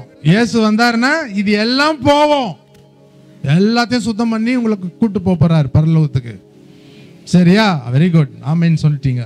சரியா? இப்ப பாருங்க, எப்போ வருவார் இயேசு? இப்போ ஒரு சின்ன உதாரணம் கொடுக்குறேன் ஞாபகம் வச்சுக்கிறதுக்காக. முதல் தடவை மோசே கிட்ட ஆண்டவர் என்ன சொன்னாரு? கண்மலை கிட்ட போய் அடினாரு. இயேசு கிறிஸ்து ஒரு தடவை தான் அடிக்கப்படணும், போட்டு போட்டு தட்டிக்கினே இருக்க முடியாது. எவனோ ஒருத்தன் சாவரானா போட்டு கொண்டுகிட்டே இருக்கிறதா? நம்ம ஒரு தடவை அடிச்சுட்ட, ரெண்டாவது தடவை பேசு. அந்தி கிறிஸ்து கிட்ட என் மக்கள்லாம் மாட்டிக்கிட்ட பிறகு, சரியா, ஏசப்பா நாங்கெல்லாம் அந்தி கிறிஸ்து கிட்ட மாட்டிட்டோம், நீங்க தானே உண்மையான கிறிஸ்து, வாங்கன்னு வருவாரு. இப்போ அந்த காலகட்டத்துக்கு வந்துட்டோம். அதுதான் இப்போ 2 விதமான உபத்திரவம் இருக்குன்ட்டு அவர் போட்டாரு பாருங்க. நீங்க பாத்தீங்களா இல்லையான்னு தெரியல எனக்கு, போடுங்க, திருப்பி போடுறாரு. 2 விதமான, முதல் வந்து சபைக்கு, ரெண்டாவது வந்து மகா உபத்திரவ காலம் யூதர்களுக்கு. சபைனா புறஜாதிகள், சில நம்புற யூதர்கள், இயேசுவை நம்புற யூதர்கள். நம்ம எல்லாம் இயேசுவை நம்பினதுனால நம்ம இயேசு கிறிஸ்து கிட்ட போயிடுவோம். இயேசு கிறிஸ்து கிட்ட நம்பாதவங்க தான் மாட்டிக்குவாங்க அந்தி கிறிஸ்து கிட்ட. அந்தி கிறிஸ்து என்ன பண்றான், இங்க ஒரு 666 வைக்கிறான், இல்லைன்னா இங்க வச்சுக்கோ அப்படின்றான். என்னன்னா, நான் சொல்றத செய், உனக்கு எண்ணங்கள் ஆவியானவர் முன்னாடி கொடுத்தாருல, இப்ப நான் கொடுக்குறேன், உன் மூளையை நான் பிடிச்சிட்டு நியூரா லிங்க் போட்டு உனக்கு வந்து நீ யாருன்னே உனக்கு தெரியாது, ஆனா நான் சொல்றத நீ செய்வ 7 வருஷத்துக்கு. அப்போ அந்தி கிறிஸ்து கூட ஒப்பந்தம் பண்ணிட்டா, அப்ப எப்படி இயேசு கிறிஸ்து இருக்கிற இடத்துக்கு போறது? புரிஞ்சுக்கிச்சா? அந்தி கிறிஸ்து கூட ஒரு ஒப்பந்தம் பண்ணிட்டீங்கன்னா நீங்க எப்படி இயேசு கிறிஸ்து இருக்கிற இடத்துக்கு போவீங்க? அதான் போட்டிருக்கு, போக முடியாது. அதனால எல்லாரும் போயிடணும். நான் இங்க வந்திருக்கிறது நோக்கம் என்னன்னா, ஏதோ ஒரு 30 பேர்ல 8 பேர் 10 பேர் போவீங்கன்ட்டு இல்ல, எல்லாரும் இயேசு கிட்ட போகணும். அந்த அளவுக்கு பரிசுத்தமா வாழ்ந்துட்டு இருக்கணும். சரியா? உங்களை காத்துக்கொள்ளுங்க, சீக்கிரம் வரப்போறாரு. திருப்பி அவர் கூட்டு போயிட்டாதான் நீங்க தப்பிக்க முடியும், இல்ல மாட்டிக்குவீங்க அவர்கிட்ட, அந்தி கிறிஸ்து கிட்ட மாட்டிக்குவீங்க. புரிஞ்சுதா? இதெல்லாம் இருக்கு, தானியேல் அதுல என்ன எழுதியிருக்கு, வெளிப்படுத்தல என்ன எழுதியிருக்கு, எல்லாம் நீங்களே பாருங்க. பாஸ்டர் அழகா சொல்லி கொடுப்பாரு, நான் சும்மா உங்களுக்கு தோண்டி விட்டுட்டு போயிடுறேன், ஆழமா அவர் போவார். சரி, அவர் தானே இங்க இருக்க போறாரு, நான் போயிடுவேன் இன்னும் கொஞ்ச நேரத்துல. அப்ப பாருங்க, இயேசுவே வாங்க, மத்தேயு 23:39. கர்த்தருடைய நாமத்தினாலே வருகிறவர் ஸ்தோத்திரிக்கப்பட்டவர் என்று நீங்கள் சொல்லும் அளவும் இது முதல் என்னை காணாதிருப்பீர்கள் என்று உங்களுக்கு சொல்லுகிறேன் என்றார். ரெபேக்கா அம்மா எப்படி ரெடி ஆகிற வரைக்கும் ஈசாக்கு வரலையோ, நீங்க ரெடி ஆகிற வரைக்கும் இயேசு வரமாட்டாரு. மணவாட்டி ரெடியான பிறகுதான் வருவார் அவரு. அப்போ இங்க யூதர்கள் வாங்கன்னு சொல்ற நேரத்துல முதல் தடவை மனவாட்டி ரெடியான பிறகு வந்து உங்களை கூப்பிட்டு போயிட்டாரு. அப்புறம் அந்த கிறிஸ்துக்கிட்ட ஏமாந்துட்டு மாட்டின்னு இருக்கானுங்களே, அப்போ வந்து சண்டை போடுவாரு. அந்த சண்டையில் என்ன நடக்கும்னு போட்டிருக்கு பைபிள்ல. வெளிப்படுத்தல் விசேஷம் 19:11 பாருங்க. பின்பு பரலோகம் திறந்திருக்க கண்டேன், இதோ ஒரு வெள்ளை குதிரை காணப்பட்டது. அதன் மேல் ஏறியிருந்தவர் உண்மையும் சத்தியமும் உள்ளவர் எனப்பட்டவர். அவர் நீதியாய் நியாயம் தீர்த்து யுத்தம் பண்ணுகிறார். அப்போ இயேசுவே வாங்க எங்களை காப்பாத்துங்கன்னு யூதர்கள் சொல்லும் போது அப்பதான் ஒரு வெள்ளை குதிரையில வருவாரு. அதனால நம்ம இருக்கும்போது நம்ம போயிட்டோம், அவங்க ஏமாந்துருவாங்க. வெள்ளை குதிரையை பார்த்து அவங்க ஏமாந்துருவாங்க. அந்தி கிறிஸ்து வரும்போதே இயேசு வந்துட்டாருன்னுவாங்க. புரிஞ்சுதா? அதான் வஞ்சகம். அப்போ இந்த அர்மகதான் யுத்தம் நடக்க போகுது அப்படின்ட்டு பைபிளில் எழுதியிருக்கு. வெளிப்படுத்தல் 19 எழுதியிருக்கு. சரியா? இந்த நம்ம எல்லாம் வருவோம். நம்ம சண்டை போட வேணாம், இயேசு கிறிஸ்து சண்டை போடுவார் இல்லையா? அப்போ இதையெல்லாம் பண்ணது யார் தெரியுமா? அந்தி கிறிஸ்து, கள்ளத்தீர்க்கதரிசின் 2 பேர். வெளிப்படுத்தல் 13 வராங்க. சரியா? வெளிப்படுத்தல் 13 இவங்க 2 பேர் வராங்க. இவங்க 2 பேரையும் பிடிச்சி என்ன பண்ணுவார் இயேசு கிறிஸ்து? பைபிளில் போட்டிருக்கு. அப்பொழுது மிருகம் பிடிக்கப்பட்டது. மிருகத்தின் முன்பாக செய்த அற்புதங்களால் அதன் முத்திரையை தரித்திருந்தவர்களையும் அதன் சொரூபத்தை வணங்கினவர்களையும் மோசம் போக்கின கள்ள தீர்க்கதரிசியும் கூட பிடிக்கப்பட்டான். இருவரும் கந்தகம் எரிகிற அக்கினி கடலிலே உயிரோடே தள்ளப்பட்டார்கள். அவ்வளோதான். அது வரைக்கும் யுத்தம் பூமியில் இருக்கு. இவங்க 2 பேரையும் பிடிச்சி போட்ட பிறகுதான் அந்த சண்டை முடியும். அர்மகதான் யுத்தம். அர்மகதான் யுத்தம்ன்றது பைபிளில் திருப்பி திருப்பி வருது. சரியா? அதை நீங்கள் புரிஞ்சுக்கணும். நான் சொல்லலை, நான் உருவாக்கி ஏதோ சொல்லலை, எல்லாமே பைபிளில் இருக்கிறது தான் நான் சொல்லியிருக்கிறேன்.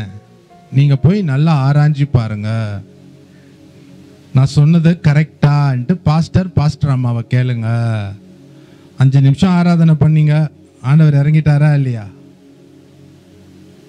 நாங்கள் உட்காந்து பார்த்துட்டு இருந்தேன்.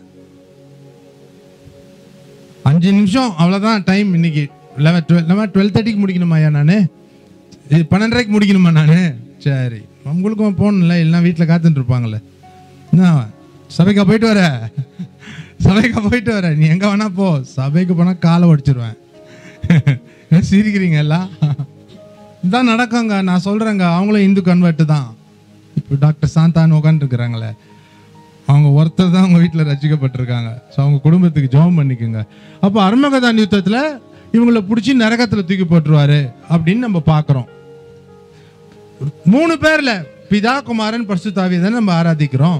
ஆனால் இதில் 3 பேர் வராங்களே, அவங்க யாரு? அந்தி கிறிஸ்து, சாத்தான், கள்ள தீர்க்கதரிசி. வந்துச்சா?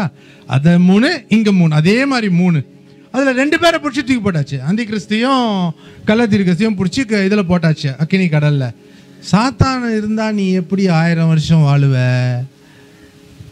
ஏற்கனவே அவன் ஏமாத்திட்டானே ஆதாம் ஏவால இல்லையா? அது என்ன போட்டிருக்கு? ஆதியாகமம் 2:16-17 படிமா. தேவனாகிய கர்த்தர் மனுஷனை நோக்கி, நீ தோட்டத்தில் உள்ள சகல விருட்சத்தின் கனியையும் புசிக்கவே புசிக்கலாம், ஆனாலும் நன்மை தீமை அறியத்தக்க விருட்சத்தின் கனியை புசிக்க வேண்டாம், அதை நீ புசிக்கும் நாளிலே சாகவே சாவா என்று கட்டளையிட்டார். ஸோ இன்னைக்கு சாப்பிட்டா நான் இன்னைக்கே செத்துருவேன்னு அர்த்தம்.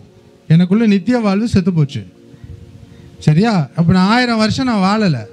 நான் 1000 வருஷம் வாழாததுனால ஒரு நாள் 1000 வருஷம்னு பேதுரு சொல்றாரு, பின்னாடி வருது. பிரியமானவர்களே, கர்த்தருக்கு ஒரு நாள் 1000 வருஷம் போலவும் 1000 வருஷம் ஒரு நாள் போலவும் இருக்கிறது என்கிற இந்த ஒரு காரியத்தை நீங்கள் அறியாதிருக்க வேண்டாம். ஆனா ஒரு நாள் அப்படின்றது கடவுளுக்கு 1000 வருஷம் அப்படின்றது நீங்க பாக்குறீங்க. 6 நாள்னா 6000 வருஷம். சரியா? 7ஆவது நாள் ரெஸ்டடுன்றாரு. ஸோ 6000 வருஷம் முடிஞ்ச பிறகு 1000 வருஷம் நமக்கு ரெஸ்ட்டு. எந்த ஊரில்? இஸ்ரேல் தேசத்தில். ஏசு கிறிஸ்து தான் வந்து அந்த இடத்துல இருப்பார். நம்ம எல்லாம் 1000 வருஷம் இருக்க போகிறோம். அப்போ நம்ம 1000 வருஷம் இருக்கணும் அப்படின்னா முதல்ல யாரை கட்டணும்? சாத்தான். சொல்லிட்டீங்க இல்லையா? சாத்தான் இருந்தால் அவன் வந்து கெடுத்துருவானே. எப்படி 1000 வருஷம் கொடுக்க முடியும்? ஏற்கனவே ஆதாம் ஏவாளை ஏமாத்திட்டான்ல. ஸோ என்ன பண்ணுறாரு? இதோ அந்த பழைய பாம்பு படிமா அந்த வசனத்தை 22. பிசாஸ் என்றும் சாத்தான் என்றும் சொல்லப்பட்ட பழைய பாம்பாகிய வலு சர்ப்பத்தை அவன் பிடித்து அதை 1000 வருஷம் அளவும் கட்டி வைத்து அந்த 1000 வருஷம் நிறைவேறும் வரைக்கும் அது ஜனங்களை மோசம் போக்காத படிக்கு அதை பாதாளத்திலே தள்ளி அடைத்து அதன் மேல் முத்திரை போட்டான். புரிஞ்சுதா? 1000 வருஷம் அவனை கட்டினாதான் உனக்கு 1000 வருஷம். எல்லாருக்குமே, நமக்கு எல்லாருக்குமே 1000 வருஷம் அவனை கட்டி வச்சாச்சு. அதனால தான் அந்த நாட்களில் பாருங்க, ஆதியாகமம் 5 என்ன போட்டிருக்குன்னு பாருங்களேன், பட்டியல் போட்டிருக்கு யார் யார் எத்தனை வருஷம் வாழ்ந்தாங்கன்ட்டு. யாருமே 1000 வருஷம் வாழல பாருங்க. புரியுதா? 930, சேத் 912, ஏனோஸ் 905, கேனான் 910, யாரே 962, மெத்துசலா 969. யாருமே 1000 வருஷம் வாழல. இப்போ இந்த அர்மகதான் யுத்தத்துக்கு அப்புறம் உனக்கு நான் 1000 வருஷம் கொடுக்குறேன். நான் ஏற்கனவே சொல்லிட்டேன்ல, நான் கடவுள், நான் நினச்சதெல்லாம் செய்வேன் இல்லையா, நான் உனக்கு 1000 வருஷம் கொடுக்குறேன். அப்போ அந்த 1000 வருஷம் கொடுக்கணும் அப்படின்னு நான் என்ன பண்ணணும்? பாம்பு பிசாசை கட்டணும். இப்போ புரியுதா பாம்பு பிசாசு என்னன்ட்டு? புரியுதா? அது நஜம், அது தூங்க வச்சுக்க ஒன்று, இதெல்லாம் கவனிக்க வைக்காது, அப்படியே தள்ளும். சரியா? பாட்டு பாட வரைக்கும் கை தட்ட வைக்கிறோம், வார்த்தைன்னு வந்தோடனே தூங்க வச்சிரும். இது எங்கே போனாலும் பார்க்கலாம். இது நான் போயிட்டே இருக்கேன்ல, வாரத்தில் 3-4 தடவை நாங்கள் போகிறோம் ஒரு கூட்டமாக. நீங்கள் என்ன தான் ட்ரை பண்ணாலும் அது உங்களுக்கு தூங்க வைக்கும். இந்த வார்த்தையை கேட்டிங்கன்னா நீங்கள் பரலோகம் போயிடுவீங்களே. இதை கேட்கக்கூடாதுல்ல. இதை கேட்டால் பரலோகம் வந்துட்டிங்கன்னா அவன் இருக்கிற இடத்துக்கு நீங்கள் போகிறீங்களே. அவன் ஒரு காலத்தில் அங்கே இருந்தவன் தானே பிசாசு, அங்கேருந்து தள்ளப்பட்டான்னு போட்டிருக்குல்ல. மின்னலை போல அவன் விழுந்ததை நான் பார்த்தேன் அப்படின்னு இயேசு சொல்கிறாருல லூக்கால. அப்போ அவன் இருக்கிற இடத்துக்கு நீ போ விடுவானா உன்னவன்? நல்லா புரிஞ்சுக்குங்க. எல்லாம் பைபிளில் எத்தனை வசனம் உங்களுக்கு தெரியுது, எவ்வளோ மனப்பாடமாக சொல்கிறீங்கன்றது பெரிய காரியம் இல்லை. ஒரு வசனம் இருந்துச்சுன்னா அதோடைய அர்த்தம் என்ன? இப்போ இன்றைக்கி நான் ஆக்சுவலாக உங்களுக்கு வெறும் கடைசி காலத்தை பற்றி பேசலை, ஆதி ஆகமத்திலிருந்து வெளிப்படுத்தல் வரைக்கும் நான் கொண்டு போகிறேன். எனக்கு கொடுத்துருக்கிற டைமில் எனக்கு சொன்னேன்ல, ஒரு நாள் கொடுத்தீங்கன்னா ஒரு நாள் பேசின்னு இருப்பேன். ஸோ கொடுக்காதீங்க, எனக்கு 1 ஹவர் கொடுக்கறது பெட்ரு, இல்லையா? பேசிக்கிட்டே இருப்பேன். இதுதான் கதை. சரியா? இப்போ 1000 வருஷம் நம்ம வாழ போகிறோம் இயேசு கிறிஸ்துவோட இஸ்ரேல் தேசத்தில். ஃபஸ்ட் கிளாஸாக இருக்க போகுது.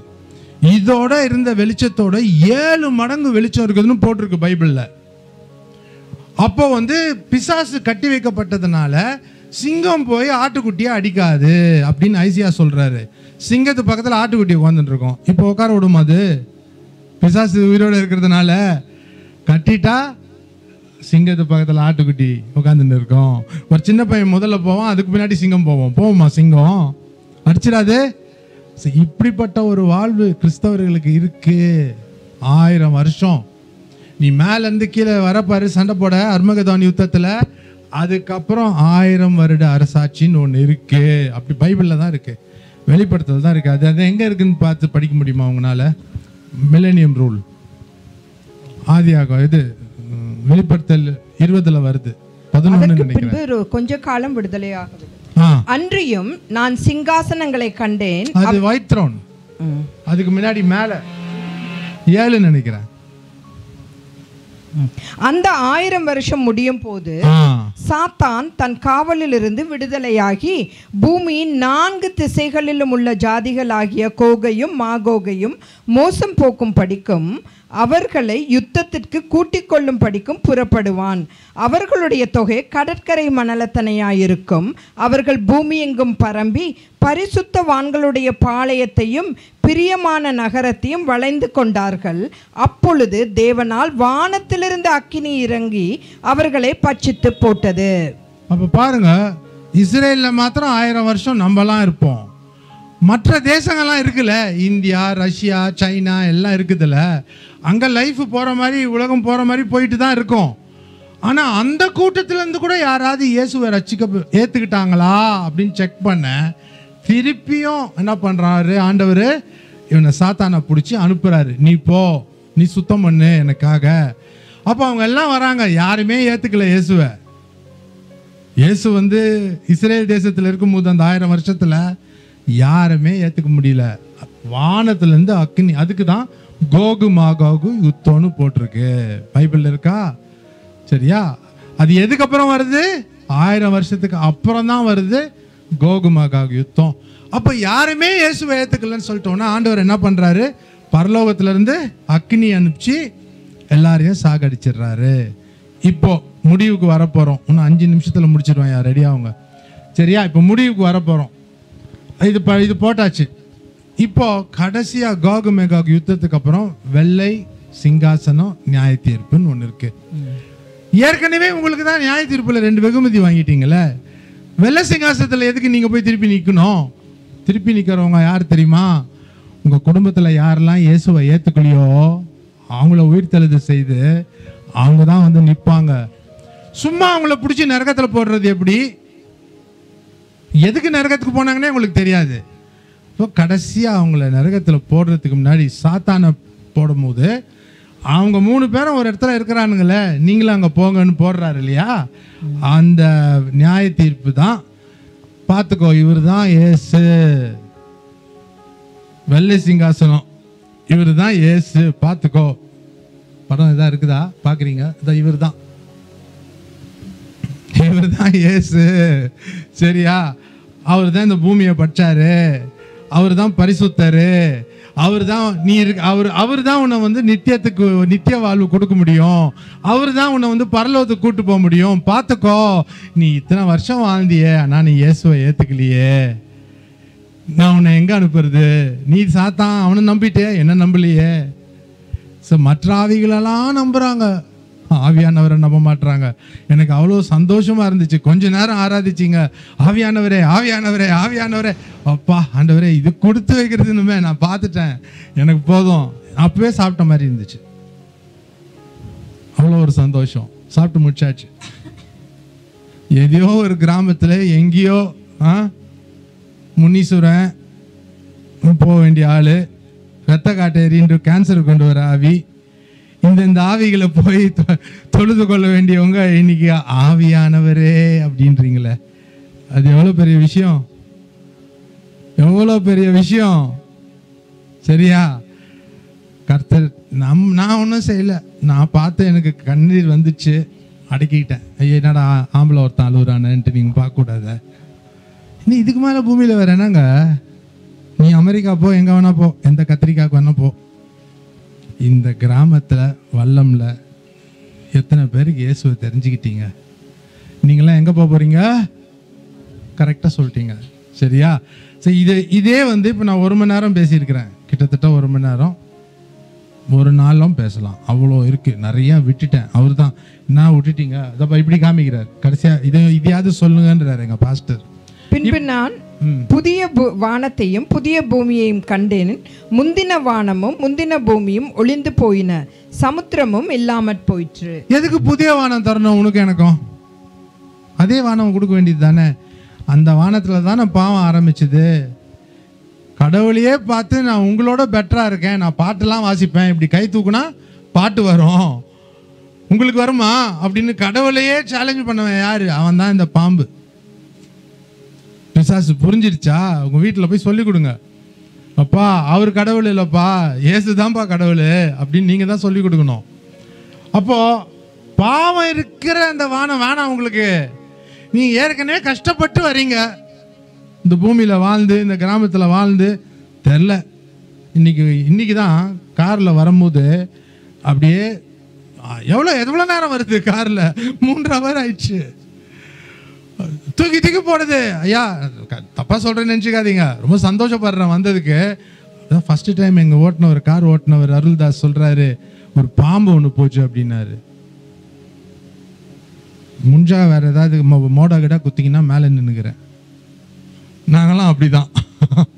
நீங்கள் பாம்பு போச்சுன்னா பாம்புன்னு போயிட்டு நீங்கள் பாட்டு போயிட்டு இருப்பீங்க. ஆனால் சென்னையிலேருந்து வரவங்களுக்கு பயம். அங்கே போய் மேலே கால் வச்சுக்கிட்டேன். ஒருத்தவங்க வீட்டில் போய் கட்டிலில் போய் மேலே கால் வச்சுக்குவியா? அப்பா சொல்ல முடியாது, உங்கள் பாத்ரூம் போனோம் நாங்கள் பார்த்துப்போ உள்ளே இருக்கோம் உஸ்ஸு. இவ்வளவோ இந்த பிள்ளைகளெல்லாம் வச்சுக்கிட்டு ஊழியம் செய்ய வந்திருக்கிறாரு, இவருக்கு வெகுமதி கொடுக்காம இருப்பார் ஆண்டவர்?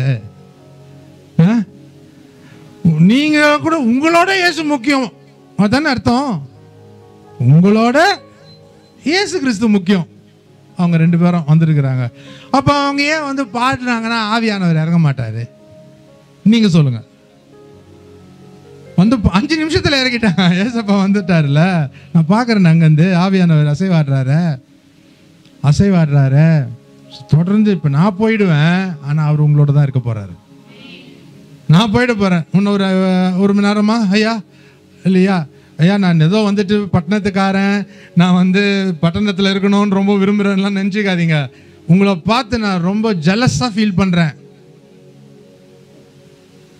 ஐயா இவர் பெரிய வெகுமதி வாங்க போகிறாரு, நமக்கு ஒன்றும் கிடையாது. 2 பிஸ்கெட் துண்டு கிடச்சா அது வேறு சுகர் பேஷண்ட்டு, லைட் பிஸ்கெட் தான் கிடைக்கும். நான் அடிக்கடி இவங்ககிட்ட சொல்வேன், ஏய் நம்ம என்னடா ஊழியம் செய்கிறோம். இப்போ போகிற கிராமங்கள்லாம் நாங்கள் பார்க்கும்போது அன்பு இல்லாமல் இயேசுவை நேசிக்காமல் இங்கே இருக்க முடியாதுங்க. எழுதி தரேன். ஆயில் கிராமம் அவர் ஞாபகம் விட்டுறாரு. ஆயில் கிராமம்னு ஒரு கிராமத்தில் போய் ஊழியம் பண்ணோம். அந்த பாஸ்டர் சொன்னார், நேற்று ஒரு விசிட்டர் எங்களுக்கு வந்தார், தேடிக்கிட்டு வந்தார் அப்படின்னாங்க. காமிக்கிட்டம்மா ஃபோட்டோ அப்படின்னாரு. காமிங்கன்னு உடனே மொபைலில் காமிக்கிறாரு. 10 அடி நீளம் பாம்புங்க. 10 அடி. அது போட்டுச்சுன்னா அவ்வளோதான் காலி. ஃபோட்டோ எடுத்து வச்சுக்கிட்டு அப்புறம் அவர் லைனாக காமிக்கிறாரு. இப்போ நேற்று வந்துச்சு, ஒரு 4 நாளைக்கு முன்னாடி ஒன்று வந்துச்சு பாருங்கன்றாரு. என்ன நீங்கள் சபை வச்சுருக்கீங்களா, பாம்பு பண்ண நடத்துறீங்களான்னு கேட்டேன். ஏங்க இப்படிலாம் எல்லாத்தையும் விட்டுட்டு வந்து ஊழியம் செய்கிறீங்க? என்னங்க உங்களுக்கு அவ்வளோ இயேசு மேலே? சொல்லுங்கம்மா. பிள்ளைங்கள்லாம் வேற பெற்று வச்சுட்டு கவலையே இல்லாமல் வந்து இந்த மாதிரி கிராமத்தில் உட்காந்துக்கின்னு எங்களுக்கு ஒரு நாள் வந்துட்டு போகிறதுக்கு கஷ்டமாக இருக்குது. காரில் தான் வந்திருக்கோம். சென்னையிலேருந்து செய்யாருக்கு காரில் தான் வந்திருக்கேன். திடீர்னு தூக்கி போட்டுச்சு, கழுத்து சொல்லிக்கிச்சு. ஐயோ இதெல்லாம் தேவையா? இவங்கெல்லாம் வாழ்க்கையே இயேசுக்கு அர்ப்பணிச்சுட்டு எதுக்கு நீங்கள்லாம் பரலோகம் போகணுன்ட்டு நம்ம ஏசப்பாக்க ஒரு கை தட்டிடலாம், இவங்களுக்கும் ஒரு கை தட்டிடலாம். என் வேலை முடிஞ்சுதியா? சரியா? புதிய வானம் புதிய பூமிக்கு உங்களுக்கு ஆண்டவர் கொடுக்க போறாரு. பழசு வேணாம்.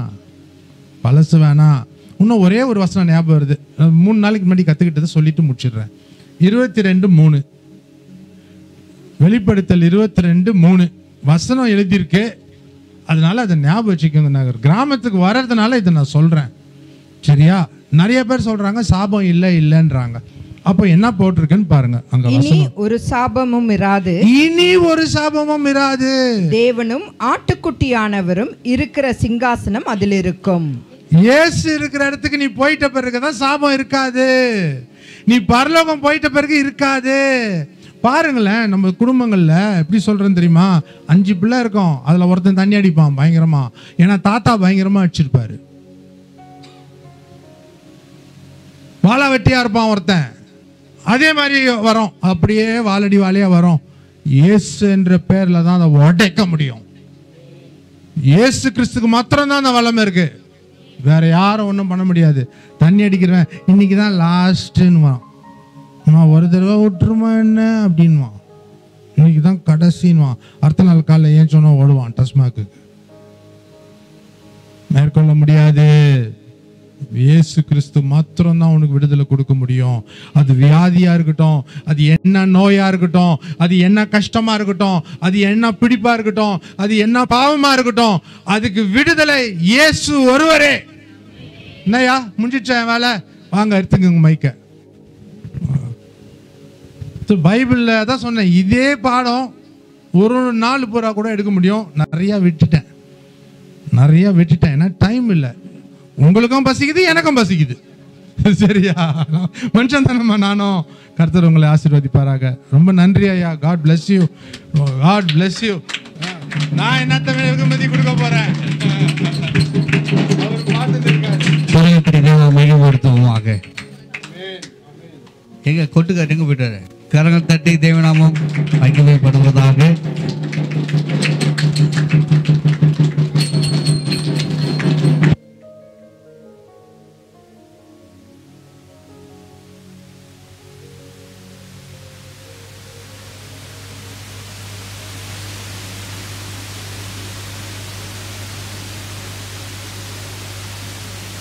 ஆமென். ஆமென். ஹல்லேலூயா, ஹல்லேலூயா. கர்த்தர் நாமம் மகிமைப்படுவதாக. கண்டிப்பாக எல்லாருக்கும் பிரயோஜனமாக இருக்கும். ஐயா இப்போ தான் ஆவி ஆத்மா சரீரத்தை குறித்து கிளாஸ் போன தான் முடிச்சிருக்கேன். அடுத்து இப்போ தான் டச் பண்ண போகிறோம் நாங்கள். சோத்திரம். ஹல்லேலூயா. இந்த 2 மாதத்தில் ஐயா என்னுடைய இளைய மகள் சின்னவ பெரியவ இது பார்த்தது இல்லையா, அவங்க பார்க்கல அவங்க. ஹல்லேலூயா. பாஸ்டர் தினேஷ் அவர் தான் 2 மாதத்தில் அவர் தான் நம்ம ஊழியத்தை குறித்து தொடர்பு கொண்டு பேசிட்டு இருந்தோம். ஆனால் பேர் தெரியும், யார் தினேஷ்னு தெரியாது. அவர் உட்காந்துட்டு அவரு தினேஷா இல்லை இவரு தினேஷா, கொஞ்சம் குழப்பமாக இருந்தது. இப்போ ஐயா சொன்னாருங்க, ஒரு 5 நிமிடம் ஐயா வந்து பேசுவாங்க. அது மட்டும் இல்லாமல் இன்றைக்கி நம்ம கம்யூனிட்டி சர்வீஸ் இருக்கிறதுனால ஐயாவுடைய தலைமையில் நம்ம கர்த்தருடைய பந்தி நம்ம அனுசரிப்போம். Praise the Lord. கரங்களை தட்டி வரவேற்போமா.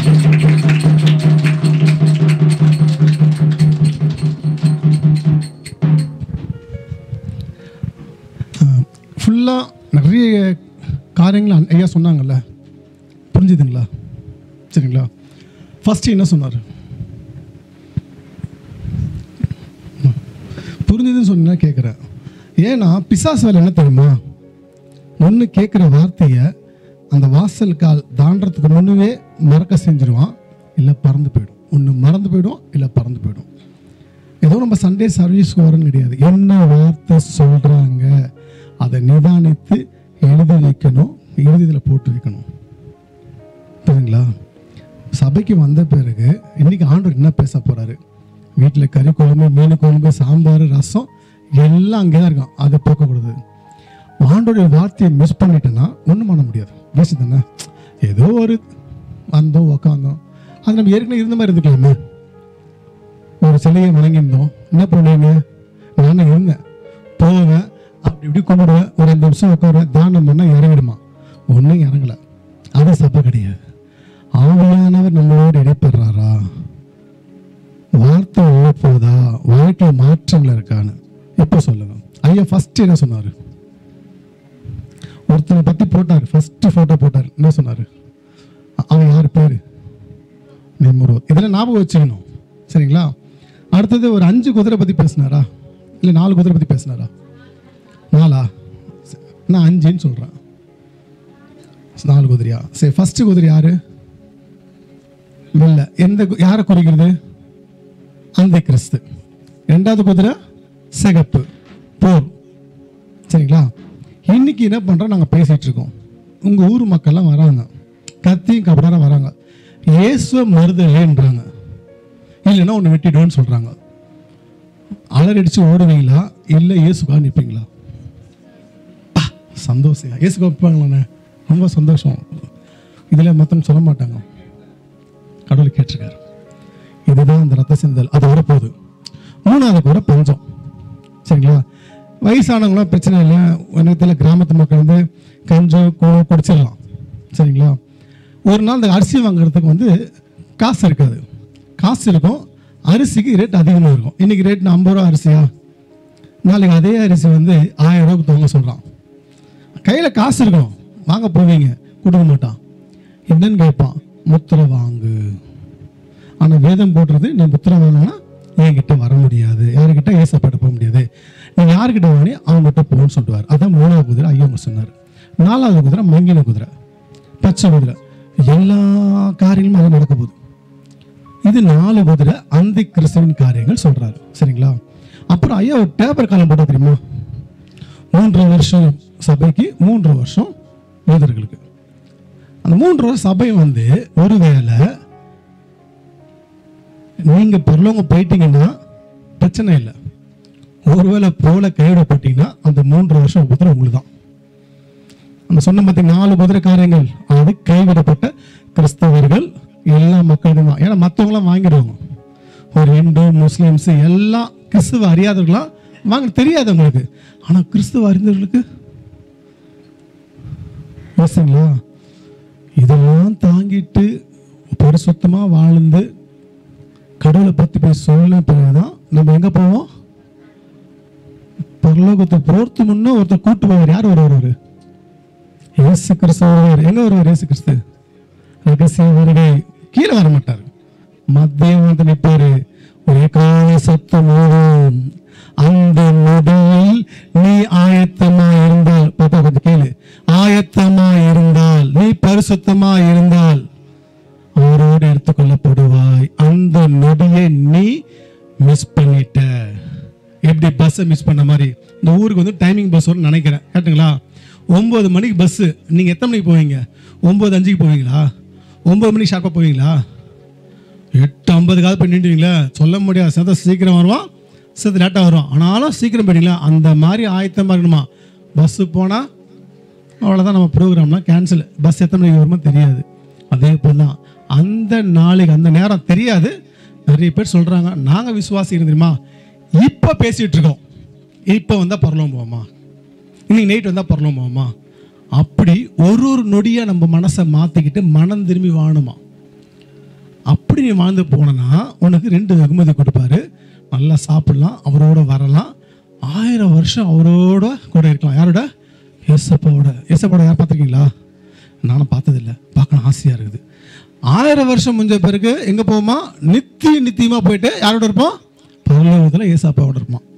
இது வேணுமா? ஏற்கனவே இங்கே நரக வேதனை, மாமியாருக்கும் மருமகளும் முடி சண்டை. ஓகேவா? மாமியாருக்கும் பயங்கர சண்டை நடக்க தெரியும் எல்லா ஊர்லேயும். அதே போல் ஹஸ்பண்ட் ஒய்ஃபுக்கு சண்டை, பிள்ளைங்க பிரச்சனை, வேலை பிரச்சனை, இதே பிரச்சனை, ஊருக்காரங்க பிரச்சனை, பிரச்சனை பிரச்சனை பிரச்சனை சொல்லிட்டு ஒவ்வொரு நாள் நிம்மதியெல்லாம் போயிடுவீங்க. கரெக்டுங்களா? வீட்டில் புருஷன் குடிச்சிட்டு வருவான், காசு கேட்பான், கடங்காரம் தொல்லை. இந்த தொல்லை அங்கே இருக்காது. எங்கே இருக்காது? பரலோகத்தில். ஆனால் நரகத்தில் இருக்கும். அப்போது நீ பரலோகம் போயிட்டா சந்தோஷமாக வாழ்வ. அதான் ஐயா சொன்னார், சாபம் பாவம் எல்லாம் பூமியில தான். நீ கடவுள்கிட்ட போயிட்டனா உனக்கு சாபமும் கிடையாது, எல்லாத்தையும் ஆண்டவர் மன்னிச்சிடுவார். போயிட்டா மிஸ் பண்ணிட்டா உனக்கு ஒரு 7 வருஷம் உபத்திரவம் இங்கே இருக்குது. கிஃப்ட்டு யாருன்னா ஒருத்தன் வருவான், ஏசப்பா நமக்கு அப்பா, அவன் சித்தப்பனா வச்சுக்கிறியோ ஏதாவது வச்சுக்கோ, அவன் கூட போய் 7 வருஷம் முத்திரையை போட்டு வாழணும். சும்மாலாம் வாழ முடியாது, கொடுமைப்படுத்துவான். நீ ஆண்டவர் அவனை ஏற்றுக்கலாம் கொடுமை நடக்கும் இல்லையா? அவனோட இருந்துட்டு சாப்பிட்டு நரகத்தில் போயிட்டு நித்தியமாக சந்தோஷமாக இருப்பீங்களா? நெருப்பு கொதிக்கும் தெரியுமா? ஆக்சுவலாக ஊர் சைட்லாம் நெருப்பு இந்த என்ன சொல்றது அடுப்பு வைப்பீங்க காலைல, சாமானெல்லாம் இருக்கும். அதில் தான் தண்ணியில் வச்சு குளிப்பீங்களே, அந்த நெருப்பில் போய் கை விட்டா எப்படி இருக்கும்? அப்படியே வெள்ளை வெளியேன்னு அழகாக அந்த குளு குளுன்னு இருக்குமா? அந்த மாதிரி நரகத்தில் போய் குளிச்சிங்கன்னா, நீச்சல் கூட குளிச்சிக்கிறீங்களே, உங்கள் ஊரில் ஆறுலாம் இருக்கும், 6 பேர் குளிச்சு எப்படி இருக்கும்? அப்படியே ஜில்லுன்னு இருக்குல்ல, அந்த மாதிரி ஜில்லுன்னு இருக்குமா? அங்கே கொஞ்சம் லைட்டாக சூடாக இருக்கும், அவ்வளோதான். உள்ள ஒரு புழு ஒன்று இருக்குமா, அந்த புழு எப்படி தான் இருக்கும்? அப்படியே மெலியுமா, சாகாதான், சாகவே முடியாது. ஐயோ என்னால் சாக முடியலன்னு கத்துவேன். ஒரு பக்கம் சரீரம் வேகம், இன்னொரு பக்கம் உள்ள புழு உங்களுக்கு இது பண்ணுமா. அது எப்படின்னா நித்தியமா. அது வேணுமா? பரலோகம் வேணுமா? அப்போ நம்ம என்ன பண்ணோம்? ஏதோ கதை கேட்டோம் போனோம் இல்லை, ஆயத்தமாகணும். சரி, நீங்கள் எல்லாம் பரலோகம் போய் சேர்ந்துட்டீங்க, சரிங்களா? உங்கள் மாமா மச்சான் இன்னும் ரசிக்கப்படவங்களும் இருப்பாங்களா? அவங்களாம் எங்கே போவாங்க? நரகத்துக்கா?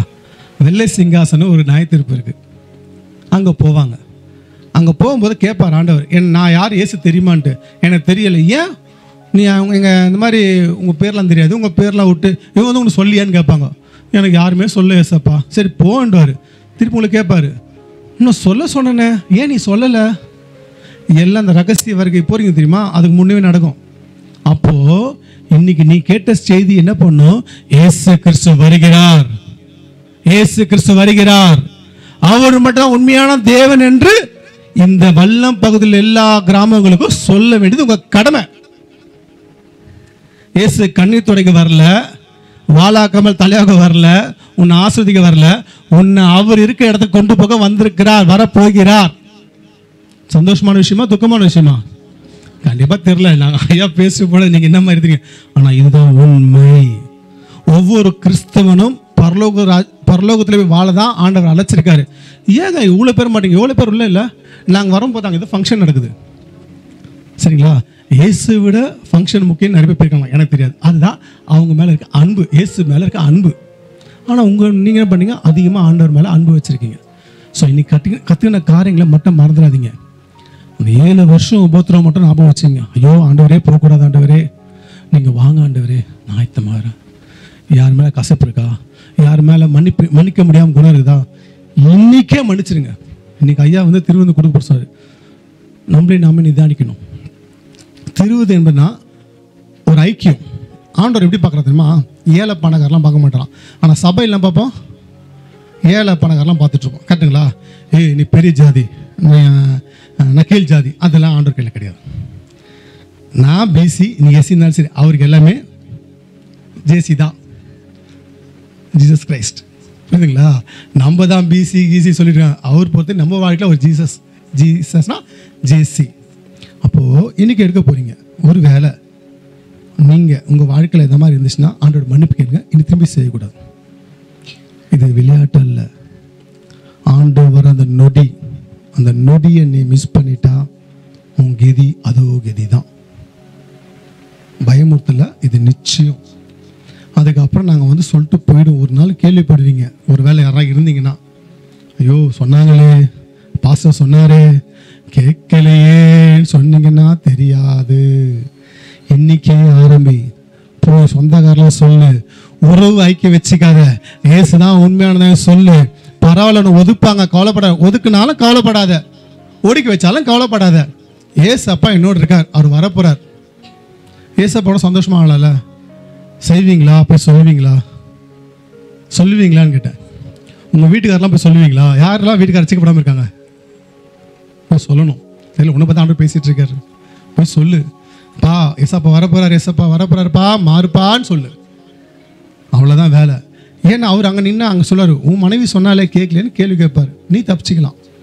உன் ஆத்தமா காத்தமா. நாங்கள் எல்லாமே வேதம் தான் பேசியிருக்கோமா, வெளியே இருந்து கதெல்லாம் பேசல. இது உண்மை, சத்தியம். உங்கள் பாசமாக கேளுங்க, சொல்லுவாங்க. இது என்னங்க அம்மா, கரெக்டுங்களா? உங்கள் வாழ்க்கை மட்டும் பரலோக வாசிக்கு போகணும், நரக வாசிக்கு வேணாம். அதனால் கர்த்தர் நடத்துவார். ஐயா நிறைய புத்தகங்கள் எழுதியிருக்காரு, நாங்கள் சிலது கொண்டு வந்திருக்கோம். இல்லை நான் இன்னும் பைபிள் அதிகமாக கற்றுக்கணும், பைபிள் தான் முக்கியம், அதை வச்சு நிறைய காரம் கற்றிங்கன்னா புக்ஸ் இருக்குது, நீங்கள் வாங்கி படிக்கலாம். தமிழில் இருக்குது. சரிங்களா? ஏதாவது டவுட் இருக்குங்களா உங்களுக்கு? இதில் ஐயா பேசுகிறது டவுட் எதாவது இருக்குங்களா? இல்லைங்களா? இல்லை எதாக இருந்தால் நாங்கள் சொல்லுவோம், அதான் கேட்குறேன். ஒரு 5 நிமிஷம் டைம் சொல்லுங்கள். எதாவது டவுட் இருக்குதா? இன்றைக்கி பேசினாக்கா டவுட் இருக்குதா? சந்தேகங்கள் எதாவது இருக்கா? சந்தேகம் எதாவது இருக்குதா? இல்லையா? ஷோரா? அப்போ ஆயத்தமாயிடுவீங்களா?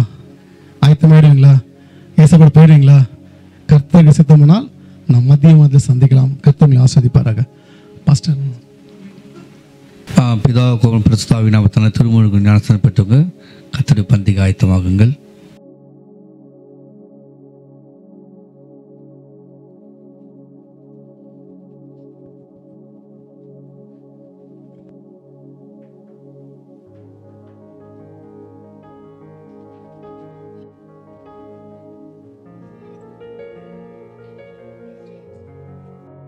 மறித்தீங்க சப்பா, நீங்க வர போறீங்க.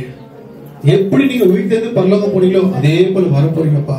அதை நினைவு கூர்மையா நாங்க எடுக்கணும். எந்த பேர்கள் தாங்கப்பா. என்னிடும் வேளை கண்கள் கலங்கிடுதே, ரத்தா நெஞ்சம் நெகிழ்ந்திடுதே, கல்வாரி அன்பை என்னிடும் வேளை கண்கள் போதும் நினைத்தால் நெஞ்சம் நெகிழ்ந்திடுதே.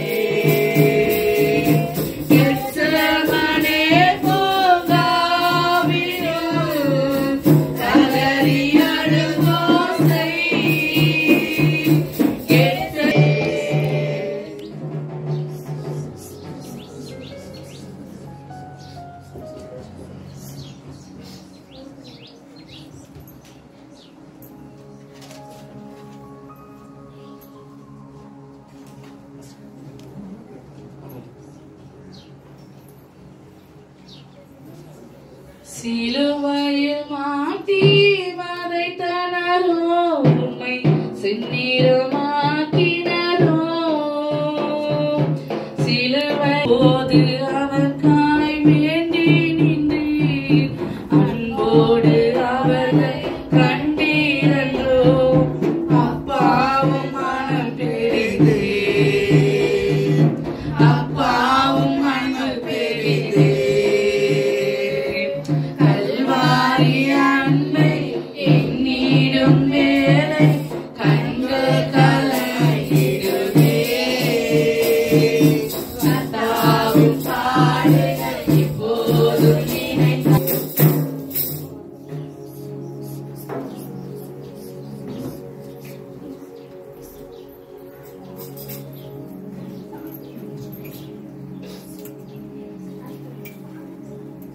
ஸ்தோத்திரம் ஆண்டவரே. கிருபையின் ஆவியானவரே, இந்த வேலையா ஒரு மந்திரி கடவுளுக்கு கிருபைக்காக நன்றி ஏசப்பா. இது வந்து ஒவ்வொரு பிள்ளையுடைய ஆவி ஆத்மா சரீரத்தை வருத்தப்பட்டு மூடி மறுபடியும் நீர் ஒருவரே தேவன், நீர் ஒருவரே தேவன், நீர் ஒருவரே தேவன். இயேசு கிறிஸ்து ஒரே தேவன் நாங்கள் விசுவாசிக்கிற தகப்பனே. அப்பா நீங்க வர போறீங்க, நீ கேட்ட ஒவ்வொரு காரியம் இந்த பிள்ளைகள் வாழ்க்கையில விட்டு போகாதபடி அதை அபியாசப்படுத்த நீர் யார் என்று புரிந்து கொண்டாங்க. அது மற்றவங்க சொல்ல அந்த கிருபையின் ஆவியானவர் நீங்க அவங்களுக்கு ஹெல்ப் பண்ண முடியாது சொல்லிக்கிறாங்க. உதவி செய்யுங்கப்பா. இன்னும் இயேசு கிறிஸ்து அறியாதவர்கள் போய் இவர்கள் போய் சொல்ல அந்த கிருபையின் ஆவியானவர் ஒவ்வொருவரும் அந்த உணர்வின் ஆவியை தரும்படியாக சொல்லிக்கிறோம். அந்த பாரத்தை கொடுங்கப்பா.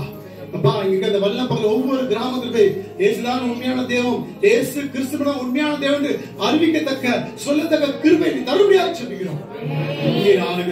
எந்த நோக்கத்தை இந்த ஊழியக்கார பிள்ளைகளை கொண்டு வந்தோம் அந்த நோக்கத்தின் திட்டத்தை நிறைவேற்ற சொல்லிக்கிறோம். இந்த சபை நீ வரும் நாளில் ஆயத்தமா இருக்க உதவி செய்ய, ஒவ்வொரு பிள்ளைகளும் ஆயத்தமா இருக்க உதவி செய்ய சொல்லிக்கிறோம். சொத்தாவை நீங்க ஹெல்ப் பண்ணுங்க. நான் கேட்ட ஒவ்வொரு வார்த்தையும் படித்த பிள்ளைகள் ஆசீர்வதிங்க. கிருபையின் ஆவியானவரை ஒவ்வொருவரையும் கர்த்தர் ஒப்புகிறோம். பிதா குமாரன் பரிசுத்தாவின் நாமத்தில் நீங்க ஆளுகை செய்து ஆசீர்வாதம் சொல்லிக்கிறோம். எல்லா கன துதி மகிமை உமக்கே செலுத்துகிறோம். இயேசு கிறிஸ்துவின் நாமத்தில் பிதாவே, ஆமென், ஆமென்.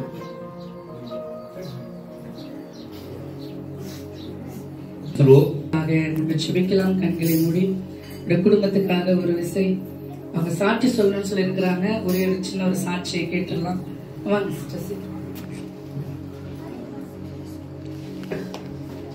கர்த்தருடைய நாமத்துக்கு ஸ்தோத்திரம். கர்த்தர் எங்களுக்கு கர்த்தர் ஜீவனை கொடுத்தா, சுகத்தை கொடுத்தா, சாட்சியாக நிறுத்தினாரு. பிப்ரவரி மாசத்துல எனக்கு தலை வந்து திடீர்னு எரியும், மழக்க வரும், அப்படியே கத்தின்னு ரொம்ப கத்துவேன், அழுவேன், டென்ஷன் ஆயிடுவேன். ரொம்ப வீட்டுல பேசவே முடியாது. யாரும் வந்தாலும் கொஞ்ச நேரம் அப்படியே தலைலாம் எரியும். அம்மாட்ட போன் பண்ணி சொல்லுவேன், அம்மா என் தலை எரியுதுமா, தலை வெடிக்குதுமா, என்ன தெரியலுமா, மாத்திருக்குமா, என்ன தெரியலுமா, இல்ல தலையில என்ன கட்டிக்கிட்டு இருக்குமா, தெரியலுமா கத்துவேன். அம்மா செய்யாருங்களோட இன்னும் போய் அப்பா அம்மா இட்டு பிரேட் பண்ணி கூட இன்னும் அந்த விடுதலை எங்க சபைக்கு வந்து நான் 5 மாசம் ஆகுது. 5 மாசம் எனக்கு அந்த கேர் பண்ணு கூட சொன்னாங்க. அந்த தலை வெடிக்குது, அப்படி வெடிக்கிற மாதிரி இருக்குது, எரிகிற மாதிரி இருக்குது, அழுகுற மழை வருது ஒண்ணுமே புரியல எனக்கு.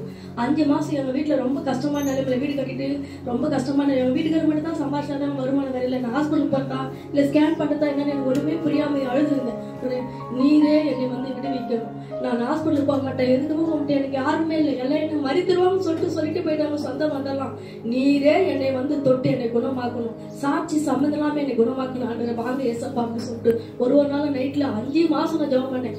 நான் குணமாயிட்டு நான் சாட்சி கொடுக்குறேன், ஊழியக்காரங்களுக்கு நான் மக்களுக்கு சபை மக்களுக்கு நான் சாப்பாடு கொடுக்குறப்பா, நான் ரொம்ப விசுவாசத்தோட ஜெபிக்கிறப்ப என் ஜபத்தை கேட்டு சீக்கிரமா எனக்கு பயிர் போடியப்பான்னு சொன்னேன். நைட்ல 10 திருடு கட்டில மேல ஆண்டவருடைய கரம், அந்த கரம் வந்து அப்படியே ரத்த கரம், ஃபுல்லா ரத்தம், அந்த கையே எனக்கு அப்படியே பயமா இருந்துச்சு. அப்படியே பட்டுனே இருக்கிறேன். என் தலைமையில வந்து அப்படியே கை வச்சாரு, அப்படியே அழுது எழுந்து அப்படியே உக்காந்து அந்த தலையில இருக்கிற மழக்கம் எரிச்சல் அந்த பிரச்சனை எல்லாம் அன்னைக்கே 5 மாசம் ஆச்சு. அந்த 5 மாசத்துக்குள்ள எல்லாமே நல்லா ஆயிடுச்சு. அப்புறம் நான் வீட்டுல சொன்னேன், இந்த மாதிரி எனக்கு ஆண்டவர் தலைமையில கை வச்சாரு, தலை எடுத்து சொன்னாரு, குணமாக்கிட்டாரு, நான் சாட்சி கொடுக்கணும். நான் ஆண்டவர்கிட்ட கேட்ட, ஆண்டவரே நான் ஊழியர்களுக்கு மக்களுக்கு சாப்பாடு கொடுக்குறேன், எனக்கு குணமாக்கு சீக்கிரமா சொல்லிட்டு சொன்னபடி அம்மாட்ட சொன்னேன், அம்மா நான் சாப்பாடு கொடுக்குறேம்மா அப்படின்னு. சரிம்மா அப்படின்னா ஒரு நாளும் நைட்ல பகல்ல அம்மா எனக்காக நான் எப்போ எழுந்து கேட்கணும் உடனே அம்மா எனக்கு பிதாவை நன்றிகளோடு சோதரிகளுக்கு ஆதாரம் கொடுக்கிற அந்த குடும்பத்தை கருத்துல நாங்கள் ஒப்பு கொடுக்கிறோம். குடும்பத்தின் தேவைகளை சந்திங்க, குறைவுகளை நிறைவாக்குங்க. ஆவியானவர் ஆண்டவரே அப்பா, அவர் எதெல்லாம் நினைக்கிறார்களோ வேண்டிக் கொண்டு சமூகத்துல காத்து கொண்டு இருக்கிறார்களோ எல்லாவற்றுக்கும் கர்த்தர் ஆண்டவரே அப்பா ஸ்தோத்திர வெற்றியை கொடுக்கும்படியாக ஜெபிக்கிறோம்.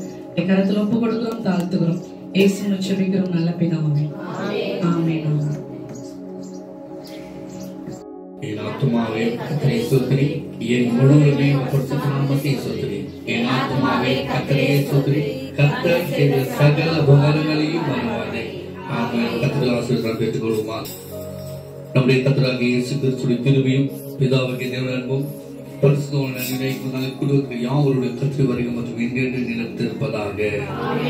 ஹல்லேலூயா, ஹல்லேலூயா. ஜெயம் கொடுக்க